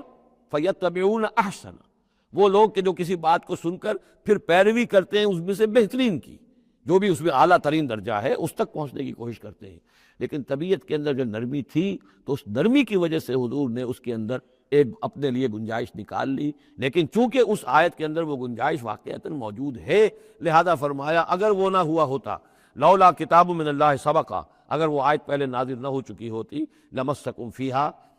فیما اخذتم عذاب عظیم، تو تم پر جو بھی تم نے لیا ہے یہ فدیہ وغیرہ، اس پر تم پر بڑی سخت پکڑ ہوتی اور عذاب آتا. روایات میں آتا ہے کہ حضور بھی اور حضرت ابوبکر بھی دونوں پھر اس آیت کے نزول کے بعد روتے رہے ہیں کہ ہم سے یہ خطا ہوئی ہے۔ بہرحال خطا اجتہادی ہے، کوئی غلط اس طرح کی نہیں ہے کہ کسی صریح حکم کی خلاف ورزی کی گئی ہو، وہ یہ ہے کہ جو بھی اس میں رعایت رکھی گئی تھی اس کو آپ نے اپنے اجتہاد سے اس کے اندر سے جو بھی نرمی کا پہلو تھا وہ نکال دیا۔ فَكُلُوا مِمَّا غَنِمْتُمْ حَلَالًا طَيِّبًا، تو اب کھاؤ جو تمہیں ملا ہے غنیمت۔ غنیمت میں وہ بھی ہے جو عین جنگ کے موقع پر مال غنیمت ملا، اور جو فدیہ اب مل رہا ہے وہ بھی غنیمت ہے۔ حلالاً طیبہ، کھاؤ، اس میں کوئی اب تمہیں ہچکچاہٹ نہ ہو، حلال اور طیب ستھرا۔ واتقوا اللہ، اللہ کا تقوی اختیار کرو، ان اللہ غفور الرحیم، یقیناً اللہ تعالیٰ بخشنے والا رحم فرمانے والا ہے۔ یا ایھا النبی قل لمن فی ایدیکم من الاسریٰ، اے نبی کہہ دیجئے ان لوگوں سے جو آپ کے قبضے میں ہے قیدی۔ اب قیدیوں میں جان لیجئے حضرت عباس ابن عبد المطلب بھی تھے رضی اللہ عنہ، جو حضور کے چچا تھے۔ گمان غالب یہ ہے کہ وہ ایمان تو لا چکے تھے، اپنے ایمان کا اعلان نہیں کیا تھا، لہذا جنگ میں کفار کے ساتھ ہو کر آئے تھے، وہ بھی گرفتار تھے۔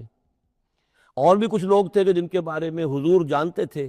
کہ یہ لوگ جو ہے اپنی دلی خواہش سے نہیں آئے ہیں، بلکہ یہ کہ اپنے سرداروں کے دباؤ کی وجہ سے آئے ہیں، لیکن قانون تو قانون ہے۔ تو اس طریقے کا معاملہ جب ہوا ہے، اور پھر حضور کے اپنے اقدامات، وہ قیدی ہیں ابو العاص، ان کی بڑی صاحبزادی زینب رضی اللہ تعالی عنہ نے پھر ان کے لیے اپنا وہ ہار بھیجا ہے جو حضرت خدیجہ نے انہیں شادی کے موقع پر دیا تھا۔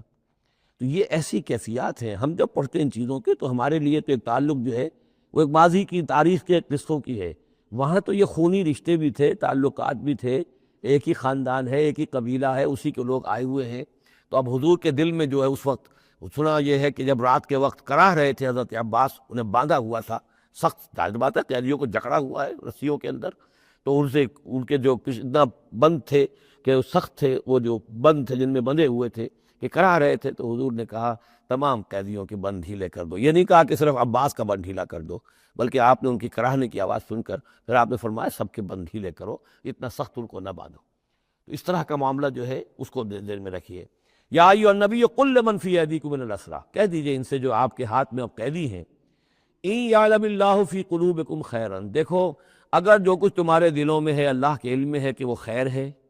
یؤتکم خیرا مما اخذ منکم، تو جو کچھ تم سے اس وقت لیا گیا ہے اس سے بہتر اللہ تمہیں دے دے گا۔ یعنی یہ کہ نیت کا معاملہ تمہارا اور اللہ کے مابین ہے، ہمارا معاملہ قانون کا ہے۔ تم آئے کفار کے ساتھ جنگ کرتے ہوئے آئے ہو، پکڑے گئے ہو، اب ان میں کوئی ڈسکریمنیشن نہیں ہو سکتی۔ کوئی شخص کہے کہ نہیں صاحب میں تو مجبوراً آیا تھا، اور میں تو کسی کے کہنے میں آیا تھا، اور میں تو حقیقت میں تو اسلام لا چکا تھا، یہ بات جو ہے اب نہیں چلے گی۔ لہذا یہ ضرور ہے کہ اگر تمہارے دل میں کوئی خیر ہے، کوئی بھلائی ہے، اور اس وقت یہ کہ تم سمجھتے ہو کہ تم اس صورتحال میں مجبوراً پھنس گئے ہو اور تمہیں فدیہ ادا کرنا پڑ رہا ہے، تو اللہ تعالیٰ تمہیں اس سے کہیں زیادہ دے دے گا کہ جو آج تمہیں فدیے میں دینا پڑ رہا ہے۔ ظاہر بات ہے کہ وہاں بیویوں کو خبریں پہنچی، انہوں نے اپنے زیور بھیجے ہیں، حضرت زینب رضی اللہ تعالی عنہ نے بھی اپنا زیور بھیجا، ہار بھیجا ہے، اور حضور کی آنکھوں میں آنسو آ گئے جب آپ نے وہ ہار دیکھا، حضرت خدیجہ کا ہار رضی اللہ تعالی عنہ۔ وہ پوری زندگی جو آپ کی گزری تھی حضرت خدیجہ کے ساتھ، وہ ساری آنکھوں کے نگاہوں کے سامنے آ گئی، جو ان کی وفاداری تھی اور جو انہوں نے خدمت کی تھی، وفا شعاری کی تھی۔ تو اس کے بعد مسلمانوں سے کہا کہ یہ ماں کی یادگار تھی بیٹی کے پاس، اگر آپ لوگ اجازت دیں تو یہ اس کو واپس کر دیا جائے، تو اس کو پھر لوگوں کی اجازت سے وہ ہار واپس کیا گیا۔ تو یہ سارے جو جذباتی معاملات تھے ان کو اچھے سے سمجھیے کہ ہم پڑھتے ہوئے ان چیزوں کو سمجھتے ہیں کہ جیسے ایک بس تاریخ کا ایک واقعہ ہے، اس کے ساتھ جو احساسات، جذبات، جو اس کے ساتھ اور فوری جو اس وقت کی کیفیات تھی، اس کا ہمارے لیے اکثر و بیشتر تو ممکن ہی نہیں کہ تصور کر سکے۔ یا ایھا النبی قل لمن فی ایدیکم من الاسریٰ، اے نبی کہہ دیجئے ان لوگوں سے جو آپ لوگوں کے قبضے میں ہیں اس وقت ان قیدیوں میں سے، ان یعلم اللہ فی قلوبکم خیرا، اگر اللہ کے علم میں ہے کہ تمہارے دل میں خیر ہے، یؤتکم خیرا مما اخذ منکم، تو جو کوئی تم سے لیا گیا ہے اللہ اس سے بہتر تمہیں دے دے گا، ویغفر لکم، اور تمہیں بخش دے گا، واللہ غفور الرحیم، اور اللہ غفور الرحیم ہے۔ وَإِن يُرِيدُوا خِيَانَتَكَ،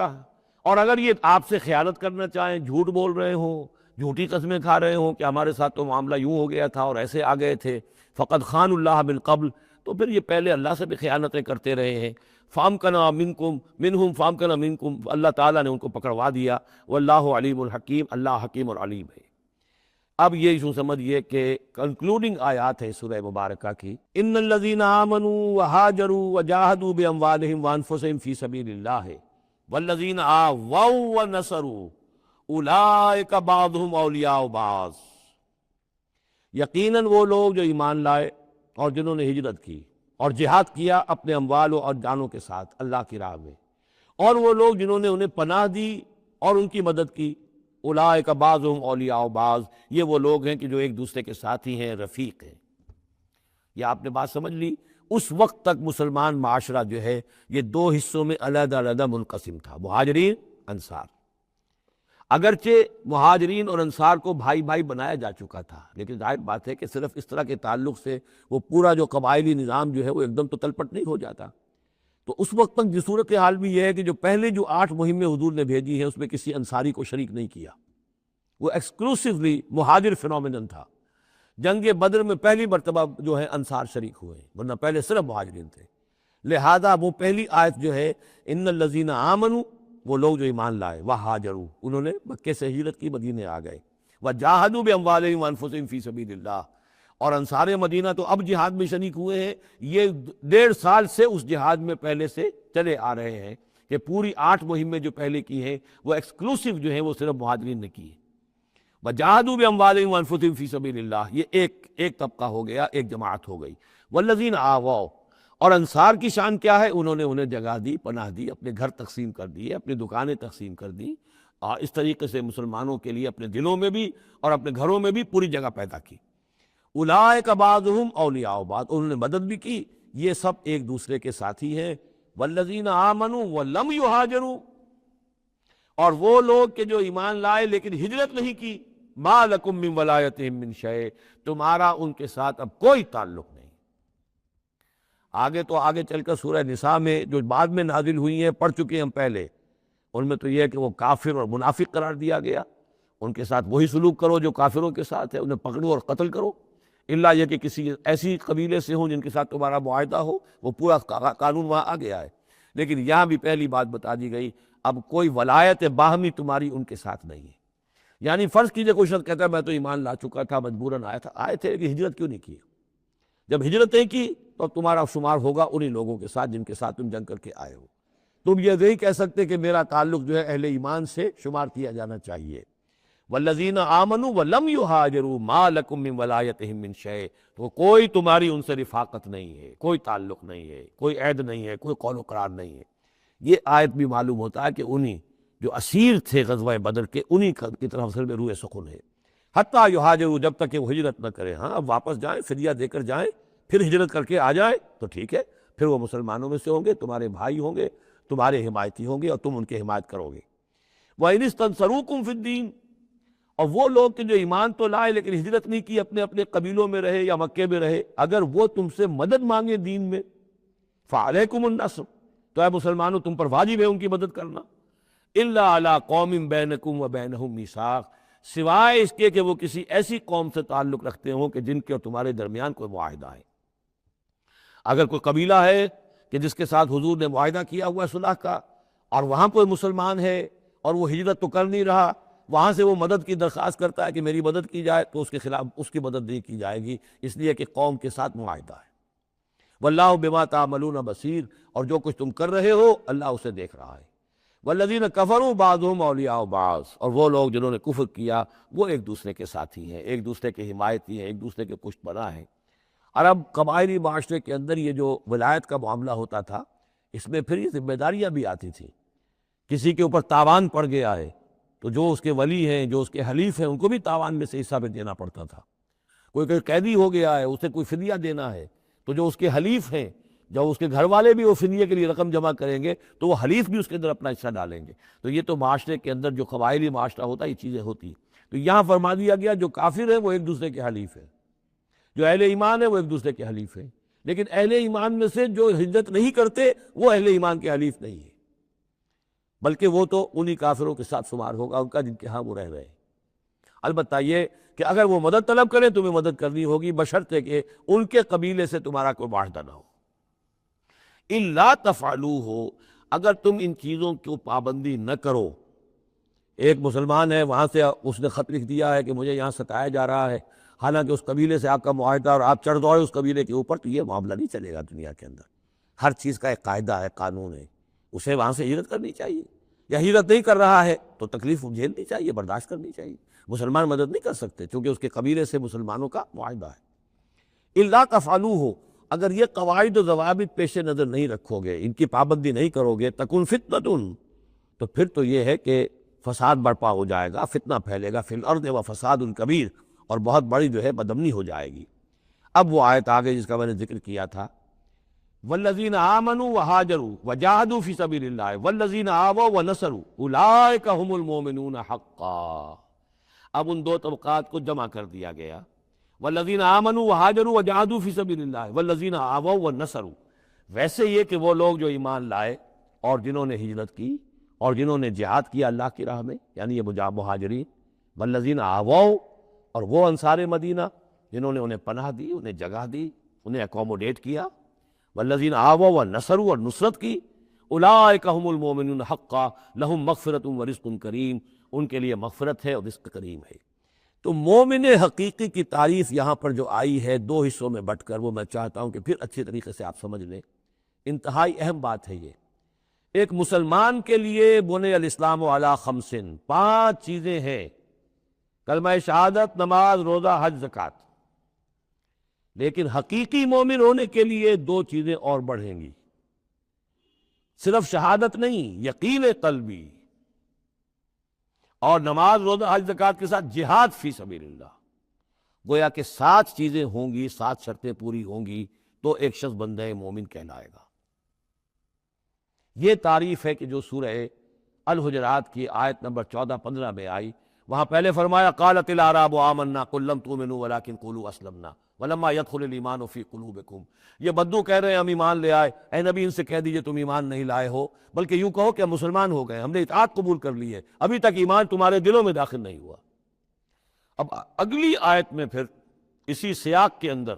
اگلی آیت میں مومن کون ہے؟ انما المؤمنون الذین آمنوا باللہ ورسولہ ثم لم یرتابوا، مومن تو وہ ہیں جو ایمان لائے اللہ پر، اس کے رسول پر، پھر شک نہ باقی رہے، یقین بن جائے۔ اور دوسرے وجاہدوا باموالہم وانفسہم فی سبیل اللہ، اور وہ جہاد کریں اللہ کی راہ میں اپنی جانوں اور مالوں کے ساتھ، اولئک ھم الصادقون، صرف وہ سچے ہیں۔ اس کو میں نے پرکار سے تشبیہ دی تھی۔ اب اگر وہ دل میں یقین ہے تو اس کی کیا کیفیات پیدا ہو جائیں گی؟ دلی یقین کی کیفیات وہ شروع میں آ گئی ہیں۔ انما المؤمنون الذین اذا ذکر اللہ وجلت قلوبہم، اہل ایمان تو وہ ہیں حقیقت میں کہ جب اللہ کی یاد کرتے ہیں، اللہ کا ذکر ہوتا ہے، ان کے دل لرز اٹھتے ہیں۔ وَإِذَا تُلِيَتْ عَلَيْهِمْ آيَاتُهُ زَادَتْهُمْ ایمانا، جب ان کو اللہ کی آیات پڑھ کر سنائی جاتی ہیں ان کے ایمان میں اضافہ ہوتا ہے۔ وَعَلَىٰ رَبِّهِمْ يَتَوَكَّلُونَ، ان کا توکل، ان کا بھروسہ کل کا کل اللہ کی ذات پر ہے۔ الذین یقیمون الصلاۃ ومما رزقناہم ينفقون، اور وہ لوگ جو نماز قائم کرتے ہیں اور انفاق کرتے ہیں اللہ کی راہ میں اس میں سے جو ہم نے دیا۔ اولئک ھم المؤمنون حقا، یہ ہے سچے مومن، پکے مومن۔ لیکن یہ مومن کی شخصیت کی تصویر کا ایک رخ ہے۔ بدقسمتی سے ہمارے ہاں یہ 2 رخ علیحدہ ہو گئے۔ معاملہ یہ ہے کہ یہ ہے ایک ورق، اس ورق کا ایک صفحہ یہ ہے، ایک صفحہ یہ ہے، یہ انسیپریبل ہے، صفحات کو جدا نہیں کر سکتے آپ۔ ورق ایک ہے، اس کا ایک رخ یہ ہے صفحہ، ایک رخ یہ ہے صفحہ۔ مومن کی شخصیت کا ایک صفحہ، اس کی تصویر کا ایک رخ یہ ہے، دل میں یقین ہے، اللہ کی یاد کرتا ہے، دل لرزتا ہے، آیات قرآنی پڑھتا ہے یا سنتا ہے، دل میں ایمان بڑھتا ہے، ہر معاملے میں توکل، اس کا بھروسہ اللہ کی ذات پر ہے، نماز قائم کیے ہوئے زکوٰۃ ادا کرتا ہے، اللہ کی راہ میں خرچ کرتا ہے۔ یہ شخصیت کا ایک رخ ہو گیا، اولئک ھم المؤمنون حقا۔ لیکن یہ ایک رخ ہے، اور دوسرا رخ کیا ہے؟ والذین آمنوا وہاجروا وجاہدوا فی سبیل اللہ والذین آووا ونصروا اولئک ھم المؤمنون حقا، اور وہ لوگ جو ایمان لائے، جنہوں نے ہجرت کی، جنہوں نے جہاد کیا اللہ کی راہ میں، اور وہ لوگ جنہوں نے انہیں جگہ دی، پناہ دی اور ان کی مدد کی، یہ ہے مومن سچے۔ تو تصویر کے ان دونوں رخوں کو جوڑیے، یہ ہے اصل میں جو آج کی ضرورت ہے۔ صحابہ کرام کی شخصیتوں میں یہ دونوں رخ تھے۔ جیسے زوال آیا ہمارے ہاں، اڑائے کچھ ورق لالے نے، کچھ نرگس نے، کچھ گل نے، چمن میں ہر طرف بکھری ہوئی ہے داستان میری، دین کے حصے بکھرے ہو گئے، کوئی حلقے ذکر کے ہیں تو ان کو جہاد وغیرہ سے کوئی غرض نہیں، کوئی جہادی تحریکیں ہیں تو ان کے اندر جو ہے وہ دوسری کیفیات نہیں۔ اس طرح کے معاملات جو ہے تقسیم ہو چکے ہیں۔ جب تک کہ یہ مکمل شخصیتیں وجود میں نہیں آئیں گی، یہ ظاہر بات ہے صحابہ کی کمیت کے اعتبار سے تو وہاں تک نہیں پہنچ سکتے، لیکن ان کا عکس تو ہو، اس طرح کی کیفیت متوازن طریقے پر۔ اگر 25% ادھر ہے 25% ادھر بھی ہو، 10% ادھر ہے 10% ادھر بھی ہو، لیکن ایک ہی طرف 70% ہو جائے دوسری طرف 0 ہو، وہ معاملہ گڑبڑ ہے۔ یہ دونوں جو رخ ہے شخصیت کے، ان کو جمع کرنے کی ضرورت ہے۔ اولئک هم المؤمنون حقا لهم مغفرۃ ورزق کریم، ان کے لیے مغفرت ہے اور رزق کریم ہے۔ اللہم ربنا اجعلنا منہم، اللہم ربنا اجعلنا منہم والذین آمنوا من بعد وہاجروا وجاہدوا، اور جو لوگ بعد میں ایمان لائے یا لائیں گے اور ہجرت کریں، جہاد کریں، وجاہدوا معکم، تمہارے ساتھ ہو کر جہاد کریں، فاولئک منکم، تو اے مسلمانوں وہ تم ہی میں سے ہیں، تمہاری جماعت، تمہاری امت حزب اللہ کے حصے ہوں گے۔ وَأُولُو الْأَرْحَامِ بَعْضُهُمْ أَوْلَىٰ بِبَعْضٍ فِي کتاب اللہ، البتہ اللہ کا جو قانون ہے، جو شریعت ہے، مثلا جو وراثت کا معاملہ ہے، اس کا تعلق جو اولو الارحام کے ساتھ ہے۔ یہ جو بھائی چارہ تھا اس کے بنا پر وراثت نہیں ہے۔ وراثت ہوگی وہی جو رحمی رشتے ہیں جن کے بنا پر کہ وراثت کا قانون بنا دیا گیا۔ اولو الارحام بعضهم اولیٰ ببعض فی کتاب اللہ، اللہ کی شریعت کے ضابطے کے قانون میں بہرحال جو رحمی رشتے ہیں وہ یقیناً مقدم ہے۔ ان اللہ بکل شیء علیم، یقیناً اللہ تعالی ہر چیز کا علم رکھتا ہے۔ بارک اللہ لی ولکم فی القرآن العظیم ونفعني